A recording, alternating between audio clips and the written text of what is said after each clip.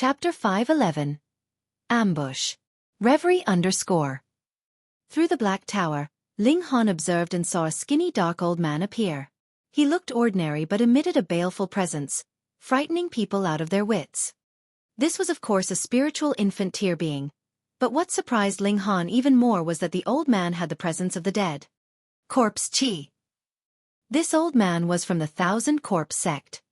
After staying silent for so long, the Thousand Corpse sect finally moved.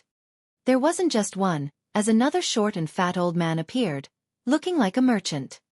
His eyes were squinted, but as his eyes opened and closed, a shocking ruthless spirit was emitted. "Didn't hit," the skinny and dark old man said.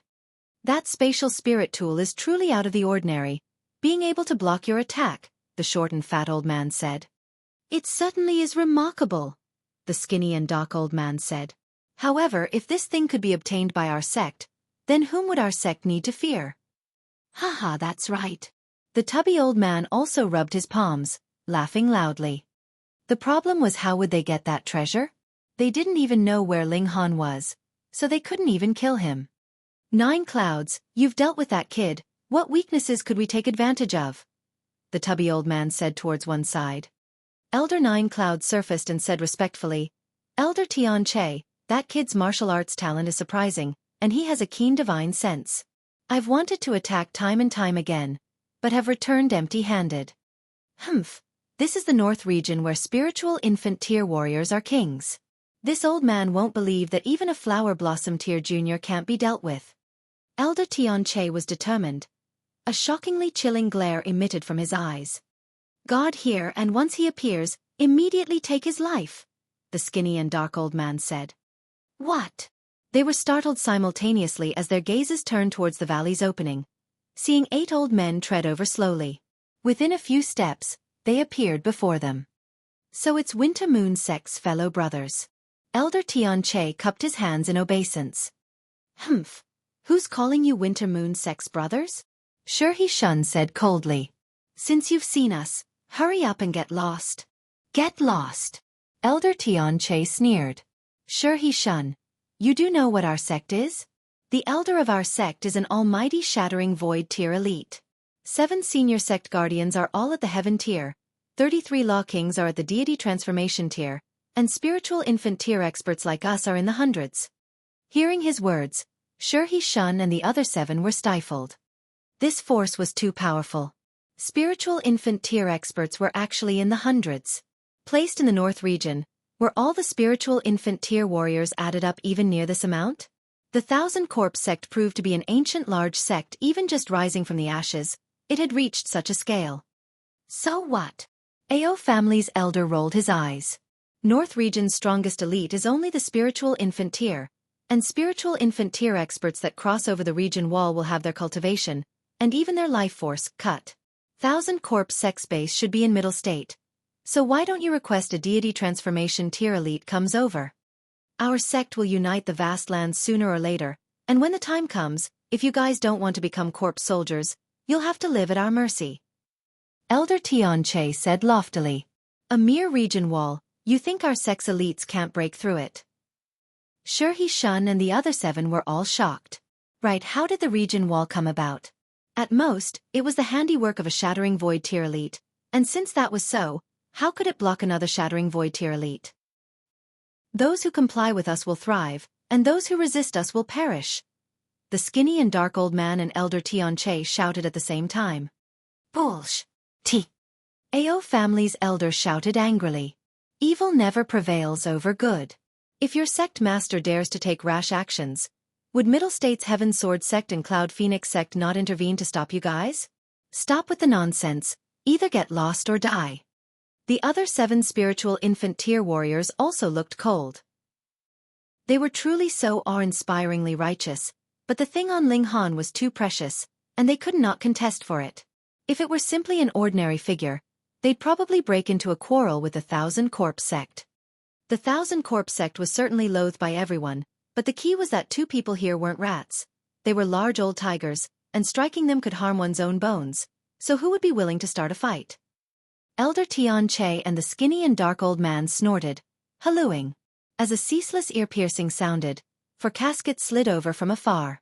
Terrifying corpse chi filled the air, and could be felt from very far away. These two people planned to ambush Ling Han, so they obviously couldn't bring corpse soldiers, which would be too evident. Pang, pang, pang, pang. Four corpse solders leapt out from the caskets. Their faces were clearly frightening, but a layer of light gold covered their bodies, having a sense of holiness that astonished people. First-tier gold-armored corpse, equivalent to the spiritual infant tier. There certainly was a reason why the 1,000 Corpse sect was feared by people. Corpse soldiers didn't fear death, ignored pain, and had astonishing defensive power. And the higher the tier 1,000 Corpse sect's disciples were at, the more corpse soldiers they could bring. There were clearly only 2 spiritual infant tier elites here, but they possessed the battle prowess of 6 spiritual infant tiers. And how about now? Elder Tianche said loftily. Shi Shun and the other 7 frowned. 8 against 6. They still had a firm advantage, but the problem was that even if they could win, they would have to pay a great price. Humph, everyone's target is that kid. Why not wait for him to appear and kill him together? When the time comes, everyone can seize the treasure. Shi Shun said. That's settled then. The 2 spiritual infant tier experts of the 1,000 Corpse sect weren't willing to start a fight. After all, they were at a disadvantage in numbers. Once the 2 parties agreed, they withdrew their hostility, and waited quietly for Ling Han to appear. Inside the Black Tower, Ling Han sighed. With the attack earlier, the speck that Black Tower turned into also moved with the wind, floating to a distant place. Otherwise, if he threw out the god's skeletal remains, it would definitely be able to suppress the 10 spiritual infant tiers onto all 4s. However, would that be effective against the corpse soldiers? Ling Han didn't know. Corpse soldiers were already dead, equivalent to puppets. This thing's never been said to been able to be suppressed by any presence. What to do? Endure till they lose patience and disperse voluntarily. Ling Han immediately shook his head. These people might go search for Ling Dongxing. He decided to break through to the Flower Blossom tier as soon as possible, and then beat these bastards with Black Tower's power boost. He was extremely resolute and immediately set aside all thoughts, cultivating wholeheartedly. He was originally at the middle stage of the 9th layer of the spiritual pedestal tier, so after 10 days of cultivation, he reached peak stage. Inside his dantian, the spiritual ocean was vast and mighty. 2 spiritual pedestals rose from within it, infinitely high and extremely magnificent. It'd be best to use a few months to perfect the tier and break through after there can be no more improvements. However, there isn't so much time now. I must immediately begin charging at the Flower Blossom tier. Ling Han said. Hong long long, the bones in his body crackled, as if the chants of Tao. Lu Yutong and the others sat cross-legged nearby, as this was of great benefit to them as well. Chapter 512. Spiritual Pedestal Births Tao Flower. Reverie _ Crossing into the Flower Blossom tier from the spiritual pedestal tier was a qualitative change. On the spiritual pedestal, a martial arts celestial flower would bloom, and one would transcend the mortal limit from then on. Why could Flower Blossom tier warriors allocate the spirit chi of heaven and earth to add to their attacks? It was because of the martial arts celestial flower that could draw the spirit chi of heaven and earth, as if a spirit base. However, the spirit base absorbed spirit chi to convert it into one's own origin power, but the martial arts celestial flower directly added to the attack. But how did one produce a martial arts celestial flower?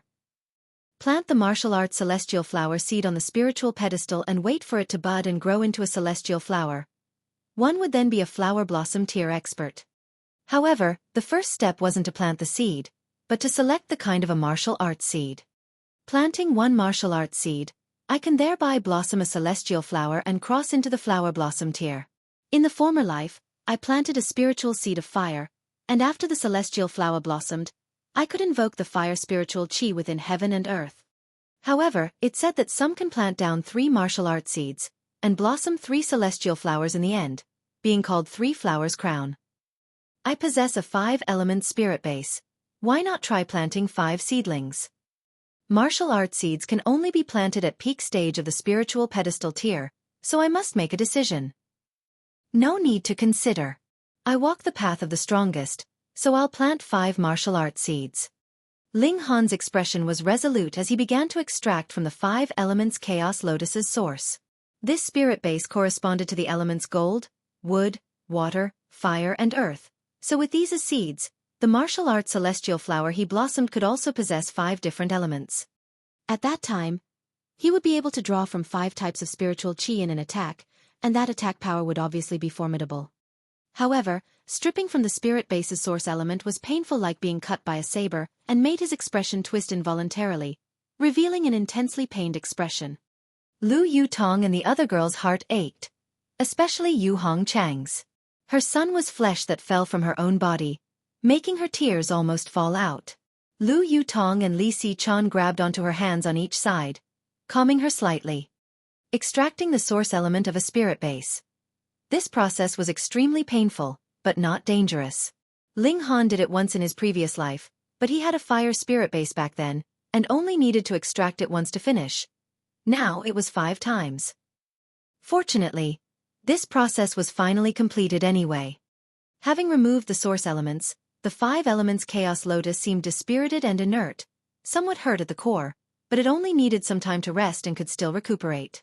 Also, since Ling Han was also a heaven-grade alchemist, would he still fear a damaged spirit base? Ling Han began to plant the spirit seeds, but there were only 5 and they couldn't be broken up into parts. He considered it momentarily and decided to care for the Earth Spiritual Ocean's spiritual pedestal. As for the other half, that would be for later. Spiritual pedestals were the best soil for spirit seeds. After burying the spirit seed, to let the spirit seed bud and blossom a celestial flower, massive amounts of energy needed to be provided, as well as corresponding martial arts comprehension. These 2 things were the fertilizer to grow the spirit seed, neither could be missing. Ling Han began to chug down spirit medicine and spiritual liquid. As for marital arts comprehension, this he wasn't missing. Even if he planted 5 seeds this time, he was still much at ease, having enough comprehension to aid him back to the heaven tier. When the martial arts seed would bud, how long it would grow, and what celestial flower would bloom, these were all uncertain. Depending on whether there was enough fertilizer, it would be possible to succeed in 1 to 2 days. But if there weren't enough fertilizer, it might be several years, several tens of years, or hundreds of years. There wouldn't be over hundreds of years, since lifespan was a mere 100 years. If one didn't enter the flower blossom tier, one would already be dead. Ling Han of course had enough fertilizer. Although there weren't medicinal pills that could make one directly cross into the flower blossom tier, there were too many tonic things, and he didn't wish to cross into it directly. Advancing into the flower blossom tier was to comprehend the Tao of heaven and earth, which was of great benefit, so why miss it? He kept eating, and the 5 spirit seeds soon budded, breaking through the mud and swaying on the spiritual pedestal. The strange thing was that on top of the spiritual pedestal in the heaven spiritual ocean, 5 spirit seeds also budded. What happened? He'd clearly only planted 5 spirit seeds. But this was a good thing, wasn't it? Ling Han didn't have time to care now, simply nurturing the 5 spirit seeds diligently. As they kept growing, the spirit seeds were covered with vein-like patterns. Shining resplendent lithis was Ling Han's comprehension of martial arts. The spirit seeds grew very fast, and only after a day's effort grew into a firmament tree with a flower bud on top. The celestial flower's blossoming was imminent. Once the celestial flower blossomed, Ling Han would officially advance into the flower blossom tier. Now, well, he was the same as when he'd planted the seed, only at half-step flower blossom tier. Ling Han sat cross-legged. This was the most arduous step and needed the provision of terrifying amounts of energy. On the contrary, martial intent had already densely covered the celestial flower, divine patterns intertwining. It was enough. Eat. Eat. Ling Han devoured ravenously like his life depended on it. A Tao fire rose within his body, burning his body and nourishing it ceaselessly with energy. Damn, how come that much energy still isn't enough? He cried out inwardly. When he'd broken through to the flower blossom tier in the past, he used at most 1/100th of that energy, but now it was 100 times more, as if filling in a bottomless pit with no sign of it being enough. He came to a realization. This was because he cultivated indestructible heaven's scroll. His physique's toughness was equivalent to rare metals of the same tier, and the problem was with same tier. Since he wanted to advance into the flower blossom tier, his physique obviously had to increase to the hardness of a 6th tier rare metal, but this couldn't possibly appear out of thin air. He obviously had to absorb sufficient amounts of energy to increase his physique. Could this not require massive amounts of energy? Ling Han was now equivalent to a human-shaped spirit tool. An increase from 5th-tier spirit tool to a 6th-tier one. Was this change not great? Then continue eating. Ling Han turned into Hu Niu, the Chow Hound. Lu Yutong and the others stared with eyes wide open. Are you breaking through or turning into a hungry ghost's reincarnation? Even Hu Niu was somewhat shocked, muttering, seems to eat more than Niu as expected of Niu's Ling Han. He ate for 2 days and 2 nights, finally filling this hole. 5 flower buds trembled lightly, as they'd blossom at any time. On the Heaven Spiritual Ocean's spiritual pedestal, the 5 celestial flowers were also the same. It was like a mirror. The changes of the Earth Spiritual Ocean's spiritual pedestal would be replicated on the Heaven Spiritual Ocean's spiritual pedestal, appearing extremely miraculous. Thankfully that was so Ling Han didn't have any spare spirit seeds to let 2 spiritual pedestals blossom celestial flowers simultaneously. Slowly, the celestial flower blossomed. Chapter 5:13. Entrapping Spiritual Infant Tears. Reverie _ Heaven Spiritual Ocean's spiritual pedestal also blossomed 5 colored celestial flowers. They swayed slightly even though there was no wind, emitting a presence that transcended mortals. Ling Han opened his eyes abruptly. He finally returned to the flower blossom tier. An important point. In some sense, this represented that he took the first step in returning to the pinnacle. Young Master Han. Everyone was roused, approaching one after another. Son, were you in pain? Yu Hongchong pulled on Ling Han's arm and looked at him from top to bottom. Despite seeing Ling Han's pained expression earlier, she couldn't come up to ask and kept being concerned. No, all is smooth going, Ling Han said with a smile. Congrats, young Master Han. Zhu Wujiao and Guang Yuan stood behind by a lot. They obviously didn't dare to contend with these women, but they were also very moved. It had only been so long and an 18-year-old youngster had already become a super elite of the flower blossom tier. Placed in the desolate north, that was definitely an invincible existence. Ling Han nodded and said, wait for me, take care of some trash first, and we'll drink later tonight. With that said, he stepped out of the Black Tower. Boy! Elder Tian Che and the dark and skinny old man assaulted him right away. Behind them were 4 corpse soldiers that emitted a golden sheen, but the 8 spiritual infant tier elites from the Winter Moon sect chose to sit by and watch. Apparently they had qualms about the god's corpse in Ling Han's hands, and without seeing Ling Han use it, they definitely didn't dare to charge forward. That was simply giving away their lives. How unfortunate. He originally wanted to entrap a bit more people. When Elder Tian Che and the other old man were close, Ling Han raised his hand, and a god's skeletal remains were unleashed. This old fellow brother probably died for countless of years and wouldn't mind being tossed about repeatedly like this. Old brother, I'll definitely give you a grand burial in the future, Ling Han said inwardly. Pa. 2 great thousand corpse sect elders immediately dropped to the ground. Under the suppression of a god's presences, they couldn't resist at all. However, the 4 corpse soldiers were not a bit affected. They were without consciousness to begin with, so how could they be suppressed by a god's presence?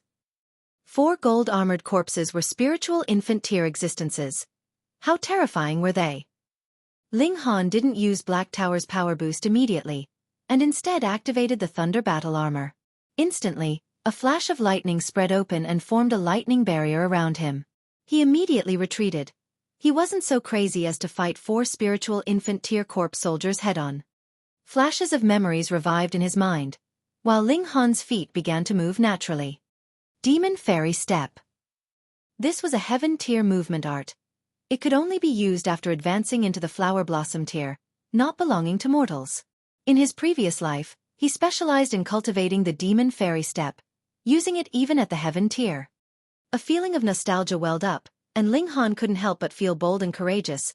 Wandering with ease through the attacks of 4 great spiritual infant tier corpse soldiers, could a high-level heaven grade movement art not be swift? North region's martial arts level was low. Even the strongest sects like the Winter Moon sect and the Beast Emperor sect had arts that were only medium-level earth grade. Their skills were also the same, being at most high-level earth grade. Could these things be compared to a heaven grade skill? Why does this battle armor looks like the Thunder Battle Armor? No way, the thunder battle armor can't be revitalized, and wasn't it in one of our disciples' hands, called Han something? Han Lin.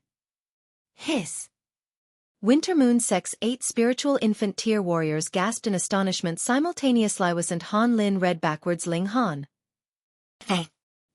They were actually deceived by Ling Han, swindled of a treasure from their Winter Moon Sect.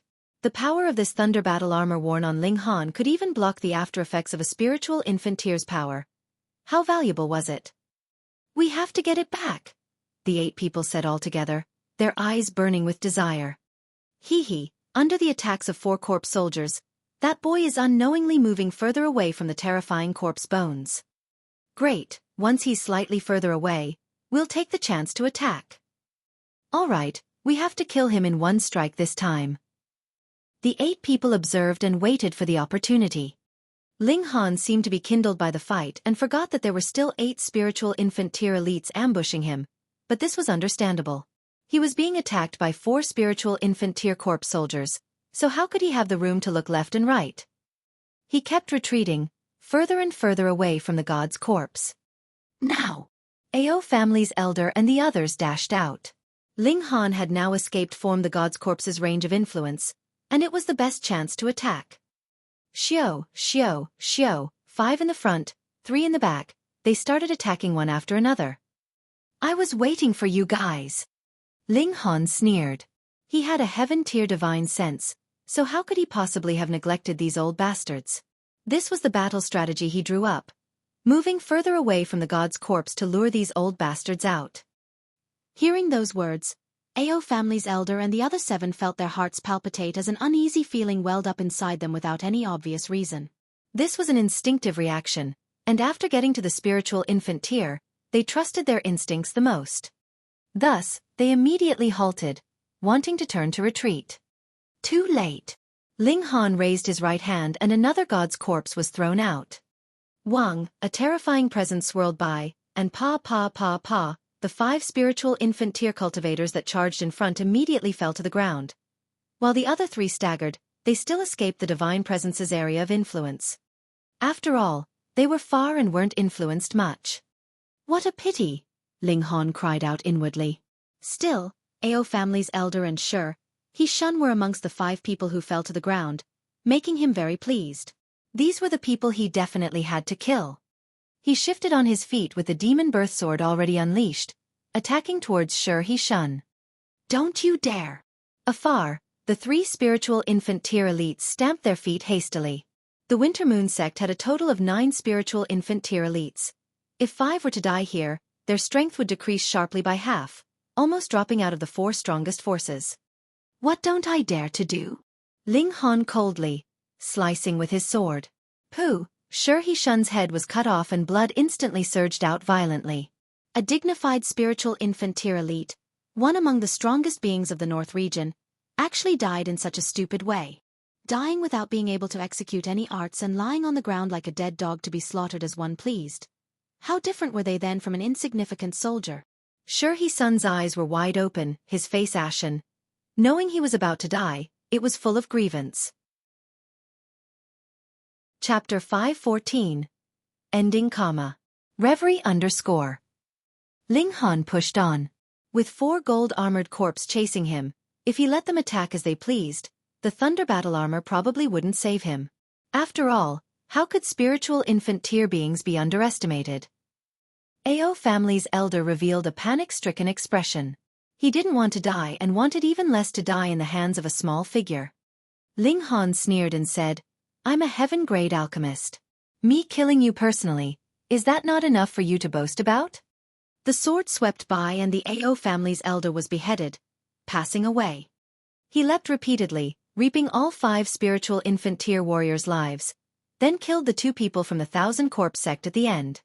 Under the suppression of the god's corpse, these people didn't even have the strength to beg for mercy and could only await death, dying extremely resentfully.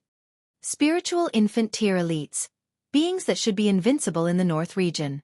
Even if they couldn't win, they could leave leisurely. Spiritual infant tier elites wanting to kill spiritual infant tier elites? Hard. But now they were like wheat, easily reaped. Once Elder Tian Che and the skinny Dark Elder died, the 4 gold-armored corpses immediately escaped control. They no longer focused on Ling Han, and instead were filled with killing intent towards any being with flesh, craving to devour blood and flesh.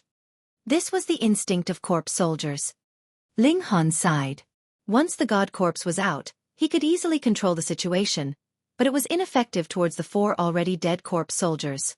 He originally could not use Black Tower's power boost, but with the cultivation of only Flower Blossom tier, how could he possibly stop these 4 corpse soldiers going on a mass killing spree? Spiritual infant tier corpse soldiers had extremely tough physiques and could only be killed by many spiritual infant tier elites at least. If they were released in the desolate north, people would be definitely plunged into misery and suffering. I can't bear the burden of this karma, Ling Han said faintly. Small Tower. Hong, Small Tower immediately primed Black Tower, pouring ceaseless energy towards him and making his cultivation skyrocket. The first layer of the spiritual infant tier. Pooh Wintermoon Sex remaining 3 old monsters of the spiritual infant tier almost stared their eyeballs out. They originally thought that Ling Han's Flower Blossom tier cultivation was a state after taking pills, and he was nothing more than a spiritual pedestal tier youngster. However, Ling Han's cultivation rocketed to the spiritual infant tier all of a sudden. They finally realized that Ling Han had actually advanced into the Flower Blossom tier. This youngster was too terrifying. Ling Han temporarily didn't pay attention to those 3 people. The 4 corpse soldiers had to be demolished. This scourge was too great. As the demon birth sword was raised, Ling Han executed mysterious 3,000. 4,000 sword lights waved. Inside Ling Han's dantian, 10 martial arts celestial flowers undulated slightly, drawing heaven and earth spirit chi to add to the might of the sword lights. Hong, the sword art's power instantly grew drastically by 100-fold. This was too terrifying. Pu, pu, as sword lights swept by, a gold-armored corpse was directly slashed into pieces. A 10th tier spirit tool coupled with the mysterious 3,000, and the boost of 10 celestial flowers, resulted in this surprising effect. Even the gold-armored corpse was almost instantly killed. Wintermoon Sex 3 old monsters looked at each other, seeing extreme fear on each other's faces. Without demur, they scrammed. This youngster was too strong to the point that they couldn't even have the courage to fight him anymore. After he recovered slightly, he fired mysterious 3,000 again, slaying another corpse soldier. If they were martial artists, they'd definitely run if they saw 2 companions killed, but Vorp's soldiers didn't fear death. They only had the instinct of devouring flesh and blood. Since Ling Han was a living spirit, not to mention whether he was only at the spiritual infant or the Flower Blossom tier, the corpses would still charge up even if he were at the Shattering Void or Heaven tier. In a little over 10 minutes, the 4 gold-armored corpses were all annihilated by Ling Han. After Ling Han caught his breath, he stored the 2 god tier corpses into the Black Tower. The god tier oppression decreased a little every time it was used, and whether it could suppress spiritual infant tier elites next time was uncertain. He summoned everyone out from the Black Tower and walked towards the Fallen Moon Gorge. Yu Hongchang couldn't help but be excited. Back then when she and Ling Dongxing came here, they were caught up with by Ao Feng. Then, she was separated with her husband and son. In a flash, 18 years had gone by. Lu Yutong and Li Si-chan hurriedly supported her from the left and right, as if treating her like a normal 70 to 80-year-old lady. Seeing this, Ling Han shook his head. Ling Han swept the battlefield and stored the spatial rings of the 7 spiritual infant tier cultivators into the Black Tower. Inside the rings were mostly origin crystals. Some were 4 stars. There were also some arts and skills, but none of them qualified for Ling Han to skim through them. The best was medium-level Earth-grade trash. They entered the Fallen Moon Gorge and arrived at the Star Brilliance Palace Hall.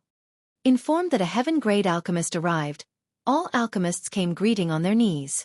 Even Yong Longzhang and the other 2 Earth-grade alchemists were no exception, extremely devout as they lay prostrated on the ground.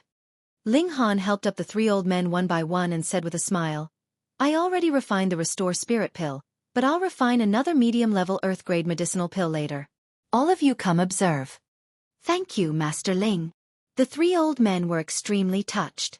Having become a heaven-tier alchemist, Ling Han didn't need to care about how they felt, but he still did, making them feel extremely touched and warm inside the hearts. Ling Han only stayed at the Star Brilliance Palace Hall for a day. After he finished refining the pill, he set out for Rain Country. He was in a hurry to let his parents reunite, and wanted even more to see how Ling Dongxing's current situation was. In order to hasten on the journey, he stored everyone inside the Black Tower and used the Demon Fairy Step, dashing towards Deyuan City. After only 3 days, he arrived at Deyuan City. He summoned everyone from the Black Tower again. Ling Han first went to see Deyuan King. Master Ling. Seeing Ling Han, Deyuan King hurriedly cupped his hands in obeisance. This was a high-level black-grade alchemist, whose status was higher than his. He clearly didn't know that Ling Han not only became a heaven-grade alchemist, but also far surpassed him in martial arts, advancing into the flower blossom tier. Ling Han naturally didn't bring out his identity to pressure him. In reality, the status of a high-level black-grade alchemist was great enough here. If he truly said he were a heaven-grade alchemist and a flower blossom tier elite, Deyuan King would properly slump onto the ground in fear. He laughed and said, Deyuan King, haven't seen you for a year. How's everything? Thanks to Master. All is well. Deyuan King said with a smile. No kidding, the new Rain Emperor cared greatly for the Ling family, and even brought Deyuan King Manor's status up with them. Ling Han nodded and said, How's my father? A few days ago, several foreigners came to investigate the whereabouts of your father, so I acted on my own and moved your father and the Ling family to a new place, Deyuan King replied. Very good. Ling Han pat him on the shoulder, then reached out and spread his hands over the table as several bottles of medicinal pills instantly appeared. Deyuan King. I'm in a rush to see my father. Accept these things. I'll be going now. Chapter 515. Parents Reunite. Reverie _ Deyuan King obviously expressed his thanks, and hurriedly told Ling Han where the Ling family currently lived. He assumed that Ling Han was still a high-level black-grade alchemist and the medicinal pills he gifted were definitely remarkable. However, when Ling Han left, he picked up the medicinal pills to examine them, and was shocked to the point of almost slumping onto the ground. My goodness! Every single one was of earth grade, and each bottle had the effects and taboos clearly written on it, making Deyuan King tremble all over. He had hoped to cross into the spiritual pedestal tier and now he definitely could. He couldn't help but be overcome with emotion. Looking after the Ling family was as simple as the lift of a hand, but it now was exchanged into such substantial rewards. Master Ling, a great person. Master Ling didn't seem to care at all. Earth-grade medicinal pills were too normal for him. He was refining them off-handedly. After he requited the favor, he immediately went to find his mother and the others, leaving Deyuan City. Heading west, they arrived at a small, remote town. Ling Dongxing and the others lived here. The closer they got, the more nervous Yu Hongchang was. She kept touching the corners of her eyes and hair, worried if she got a lot older, and whether Ling Dongxing would recognize her at first sight, feeling both excited and complicated. After they entered the town, they arrived at a large courtyard with its doors closed. Ling Han went up to knock, and in a short while, a voice came from inside. Whom are you looking for? I'm Ling Han. A thump instantly sounded from inside. Apparently, that person tripped. The door then opened as a middle-aged man shouted to Ling Han in surprise. Young Master Han, you've returned. He was Ling family's servant. Previously, when the Cheng family almost destroyed the Ling family, he escaped, and later still worked at the Ling family, loyal and devoted. Ling Han revealed a smile and said, I'm back. Where's father? The old master is in the drawing room receiving guests, that servant said. What guests? Ling Han asked without thinking. A matchmaker that's talking to the old master about a marriage, the servant said. Yu Hongchang was originally nervous, but as she heard that, she blew up, stepping forward quickly to ask, Oh, your old master is taking a wife. That servant didn't recognize Yu Hongchang, but since she was with Ling Han, he naturally didn't dare to be negligent and said, The old master already lost his wife for many years, and we servants hope that the old master can remarry, having someone as company. That's great, I sure want to see it. Yu Hongchan's face turned cold. Taking large strides right through the garden, she started walking towards the drawing room. The servant wanted to stop her. You're a guest and can't act recklessly, okay? Ling Han hurriedly held him back and said smilingly, Uncle Fu, you'd better pray for yourself. Young Master Han, what do you mean? Uncle Fu was puzzled. That's my mother, Ling Han said with a smile. Uncle Fu was startled. He thought with doubt. Wasn't young Master Han's mother the old master's wife? But didn't the mistress die long ago? Oh my, could she not have died? He was immediately freaked out, said that the old master remarry in front of the mistress. If the mistress held a grudge against him in the future, wouldn't that be terrible? Ling Han laughed loudly and patted him on the shoulder. It's nothing, it's nothing. Don't worry. Young Master Han, don't give me a hard time like that, not telling me right away, Uncle Fu said with a bitter face. It'd be strange if a grudge wasn't held against him. Yu Hongchang obviously wasn't such a person, and Ling Han was only joking with Uncle Fu. Where would one get such a loyal and devout servant? He, Lu Yutong, and the others didn't enter. After a short while, a 40-year-old woman ran out with a palm print on her face. From the size of it, it definitely was Yu Hongchang who did it.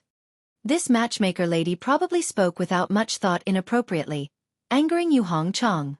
However, only giving her a slap and not breaking her head, Yu Hongchang's character and conduct could be seen. An indistinct cry sounded from the drawing room. Ling Han pondered and said, "Find a place to stay first. My father and my mother probably have no time for us today." "Why?" Hunyao asked, tilting her head. Ling Han laughed mischievously and said, "They're busy being intimate." Lu Yutong and the other girls blushed, while Hunyao held onto Ling Han's neck and said in a sweet voice, "Ling Han, be intimate with Niao." Ling Han instantly retreated in defeat. As expected, only in the afternoon of the second day did Ling Dong Xian finally have time to call in Ling Han. Yu Hongchang snuggled up by the former's side, without a bit of the previous day's lioness look. As the father and son met, they obviously hugged each other tightly, shedding a few manly tears. The family spoke for a while, and naturally conversed about martial arts. According to Yu Hongchang's wish, there was no need for revenge. Living happily as a family was better than anything else. However, Ling Han and Ling Dongxing desired revenge, and wouldn't possibly let go of the enmity with Ao Feng. Ling Han specially only incapacitated Ao Feng's spirit base, just so that Ling Dongxing could personally kill him. "Father, your spirit base has recovered now, right?" Ling Han asked. "It's recovered." Ling Dongxing's was in high spirits. He not only recovered his spirit base, but also touched the threshold of crossing into the gushing spring tier and would break through soon. "Oh right, the alchemist you asked to come is still staying here." Oh, Lu Jitong was actually still living here. No wonder he wasn't to be seen at the North Pill Pavilion. Ling Han nodded and said, "I incapacitated Ao Feng's spirit base, and killed Ao family's elder. Father, you only have to cross into the flower blossom tier before you can personally take revenge." Ling Dongxing was shocked. Ao family's elder, a spiritual infant tier being, was actually killed by his son? But how could Ling Han possibly lie to him? He couldn't help but laugh loudly. This son was too accomplished, making him extremely joyful. Ling Han and Ling Dongxing discussed their following plans. The news that Ling Han received the coordinates to a god's treasure trove soon spread throughout the entire world, and there were definitely countless people in the dark that wanted to murder him for gain. Ling Dongxing and the others would become his Achilles' heel, and there would definitely be lots of forces that wanted to capture them to threaten Ling Han. Thus, they planned to move and conceal their names for a time. Ling Han also planned to use this time to increase his father's strength and accumulate his own cultivation. From the spiritual pedestal tier to the flower blossom tier, he rushed it too much, and had to stabilize his base so as to avoid severe problems in the future. Yu Hongchang obviously had no suggestions. It was enough for her that the family was reunited. Her demands were extremely simple. Move! Ling Han stored everyone into the Black Tower. This way, they would be untraceable. After leaving a letter for the Yuan King, Ling Han treaded through the air, leaving Rain Country. After hesitating slightly, he chose to head towards Fire Country. Crossing a range of mountains and rivers, Ling Han appeared at a small town at Fire Country's border. It was interlocked with Wind Country's territory. This Baoyang town was an unregulated area, shockingly poor and a place beyond the law. Nobody would find it strange if new faces appeared here. People hoed their own potatoes and wouldn't meddle in other people's business. Ling Han bought a large courtyard and let everyone out. This courtyard was truly large and came with an extremely large vegetable garden. If they raised some poultry, they could be almost self-sufficient. Chapter 5:16. Net of Affection. Reverie _ At first, there was obviously no supply of food in the mansion, but Ling Han had the Black Tower, where there was plenty of ingredients. When he left in the future, the vegetable garden would have grown, and no one in the outside would know exactly how many people lived here. Everyone lived in seclusion. In reality, the desolate north had nothing much to show as it was too poorly developed. Everyone immersed themselves in cultivation. Ling Dongxin wasted 18 years, and now that his spirit base was recovered, there would naturally be a rebound period. In addition to Ling Han's not stinting continuous provision spiritual medicines, beast meat, and spiritual liquid, his cultivation progress speed could only be described as crazy. Ling Han planned to stay here for half a year, then find Yin Hong at Extreme Yang City, attending the Spirit Treasures Pavilion's whatever contest together. He would just disguise himself a little at that time anyway. If Yin Hong sold him out, he would just see it as his error in judgment of her, but he wouldn't have to worry about any life-threatening dangers. This matter was something he promised, and he definitely would keep his word. Lu Yutong and the others progressed slowly at first because they had just broken through to the spiritual pedestal tier. The explosive period had passed and would naturally transform into a stable period. Besides, a continuous explosive growth would actually not have any benefits to martial arts cultivation. After a peaceful life of a dozen days, Yu Hongchong was discontented. What was with her son's situation? There were obviously 3 exquisite girls and you just look at them like that. What a waste and shame. The old lady ordered that Ling Han had to take time every day to spend with the girls. That was his mother, so Ling Han could only follow the orders. The first was Lu Yutong. The two left the mansion and strolled outside the small town. The gentle breeze swept by, and she was like a jade in the setting sun as the evening glow fell on Lu Yutong's face that reflected a fiery red brilliance, making for an extremely touching sight. Ayo! Lu Yutong suddenly staggered and fell towards the ground. Ling Han hurriedly reached out to hold her. What happened? He asked. Lu Yutong leaned on his body and said in a low and somewhat quivering voice, I twisted my ankle. Twisted her ankle? A dignified spiritual pedestal tier expert would twist her ankle while walking. Ling Han immediately guessed. She was just pretending. But, did he have the nerve to expose her? The hardest thing to bear was a beauty's favor, so he could only pretend to be a fool. Then let's go back, he said. Yes. Lu Yutong nodded and leaned in Ling Han's embrace. Smelling the intense manliness that emitted from his body, she almost fainted, feeling like her mind was about to explode, and couldn't possibly have any other thoughts. With each step, she felt like walking amongst the clouds, without any weight at all. Her cheeks were getting redder and redder, more beautiful than ever. As they walked, she mustered up the courage and hugged Ling Han's waist, while her head leaned tightly onto Ling Han's chest. A sense of extreme happiness welled up inside, and she wanted to keep walking like this forever. But in the end, they still walked home. When Ling Han let her go, Lu Yutong was so embarrassed that she took to her heels, making Ling Han burst into laughter. Wasn't your ankle twisted? How could you still run so quick? This acting was way too unprofessional.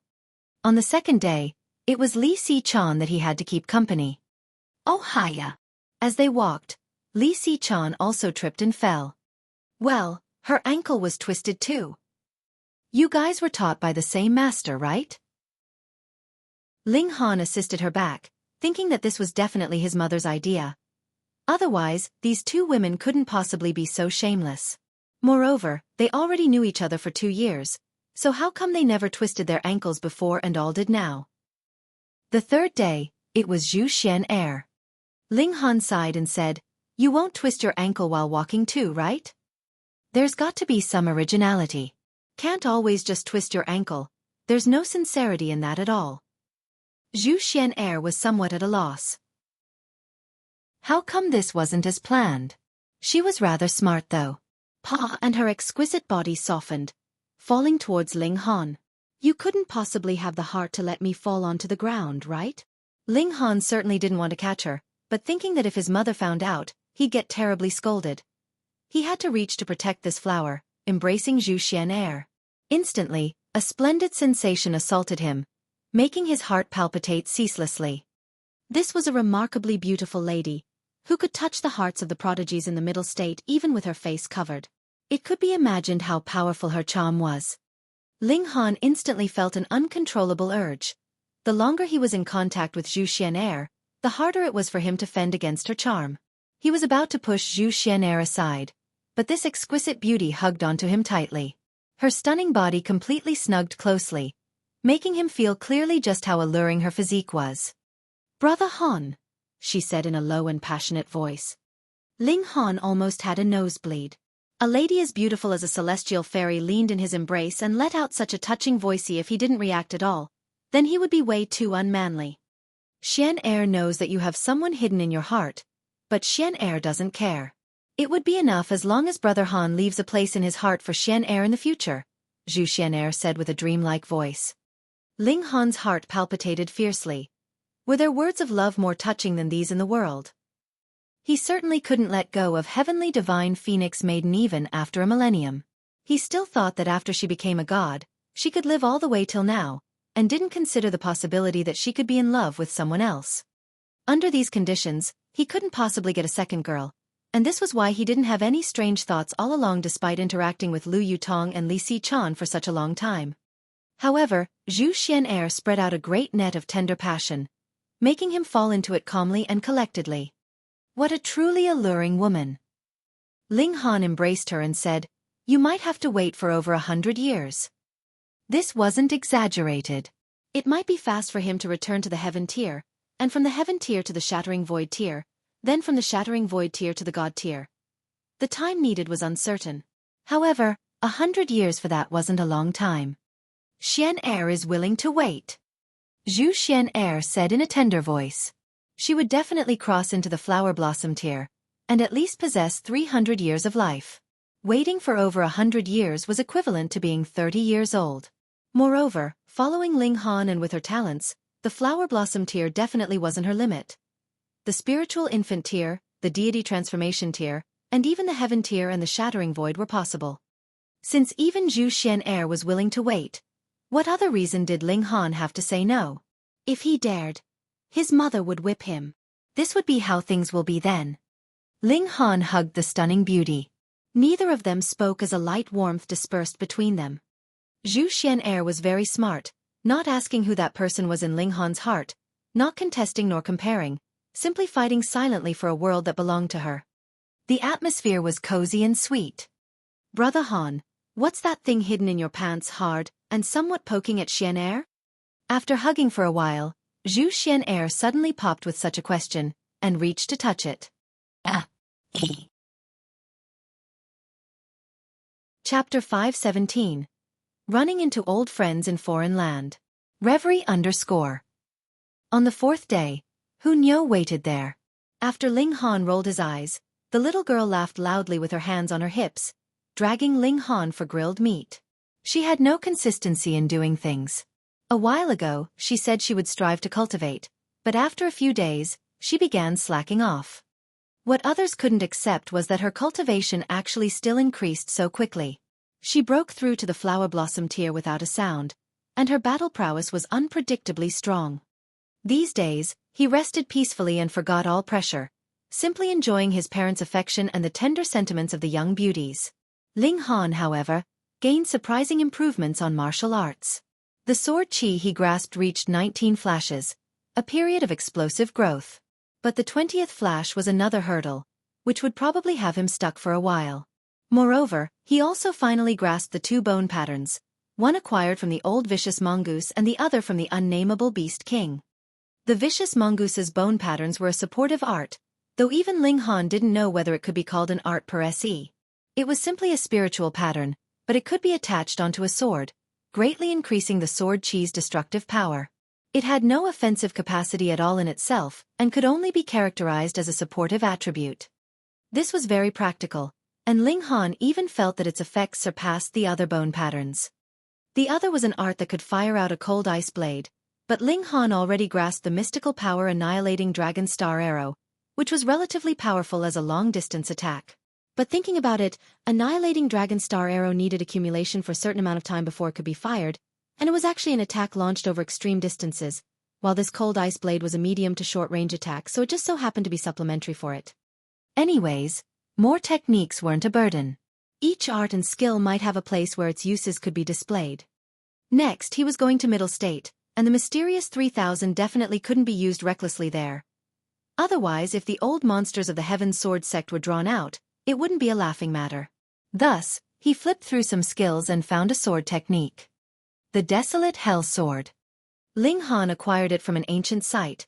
It was said to be the legacy of a strange force called Ancient Monks. This set of sword techniques expiated men, beasts, and all people. It had a total of 8 styles. The first 7 styles were merciful, leaving one with a feeble thread of life, used mainly for defense, and only the last style was extremely ruthless, like becoming a demon. It was of course a heaven-grade skill, the only heaven-grade sword technique that Ling Han grasped. Thus, even though this sword technique was somewhat strange, Ling Han still decided to cultivate it. A heaven-grade skill was something where one had to grasp its intent during cultivation in order to connect with the martial intent and form a link between the preceding and following styles, fully unleashing the power of the technique. Thus, to fully grasp the Desolate Hell Sword, Ling Han needed to be compassionate for mankind when executing the first 7 styles, and at the last style, he had to turn into the Azura Demon King of Avicii, cutting down all things. He practiced the sword technique and contemplated the ancestor's state of mind when creating this sword technique, deepening his understanding of the way of the sword much more. However, cultivating someone else's technique, no matter how strong it is still using someone else's invention. Each person has their own path, and even if it's the same path of a king, a heartless path, it couldn't possibly be completely the same. So, to be the strongest, I must create a technique of my own. Like Rain Emperor, who created Son of Heaven Fist technique. Although it might not be the strongest fist technique, it was still the most suitable fist technique for Rain Emperor. As his tier increased, the fist technique's power would also increase, and at last reach expert mastery, depending on the heights Rain Emperor could go. In this life, since I'm focused on the sword, I'll create a sword technique that belongs to my own sword path, and it'll increase as my tier increases. I had this thought before, but haven't ever put it into practice. Since I've now advanced into the Flower Blossom tier, it should be brought on the daily schedule. Ling Han cultivated the Desolate Hell Sword and deduced his sword path, accumulating his understanding in preparation for a day when a sudden enlightenment might bring him inspiration. It was not only him.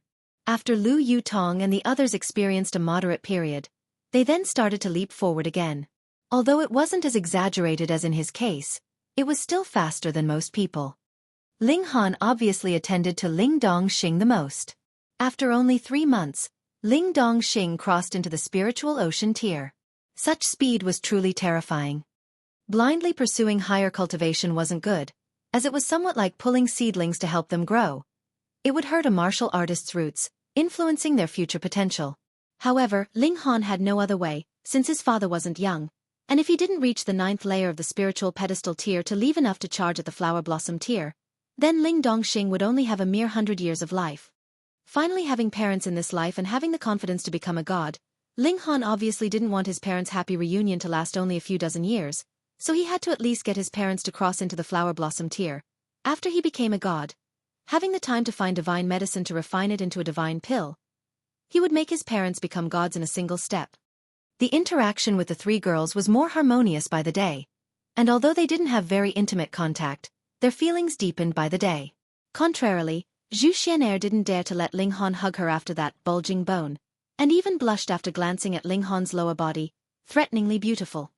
That night, after Ling Han finished cultivating and rested on his bed, he soon let out a quiet breathing sound. Even if he crossed into the Flower Blossom tier and transcended mortals, sleep was still the fastest and the best way to recover physical fatigue. Even if he didn't sleep for half a month, he could still be full of energy, but he would nonetheless sleep on schedule every night. However, that night was somewhat unquiet. Ling Han opened his eyes abruptly, and discovered that the window moved a little as 2 people wielding swords wormed in. The moonlight was clear and distinct, reflecting the chilling glare on the blade. Thieves! Ling Han sneered inwardly. To steal from him, were they seeking death? Just as he was about to attack, he was startled.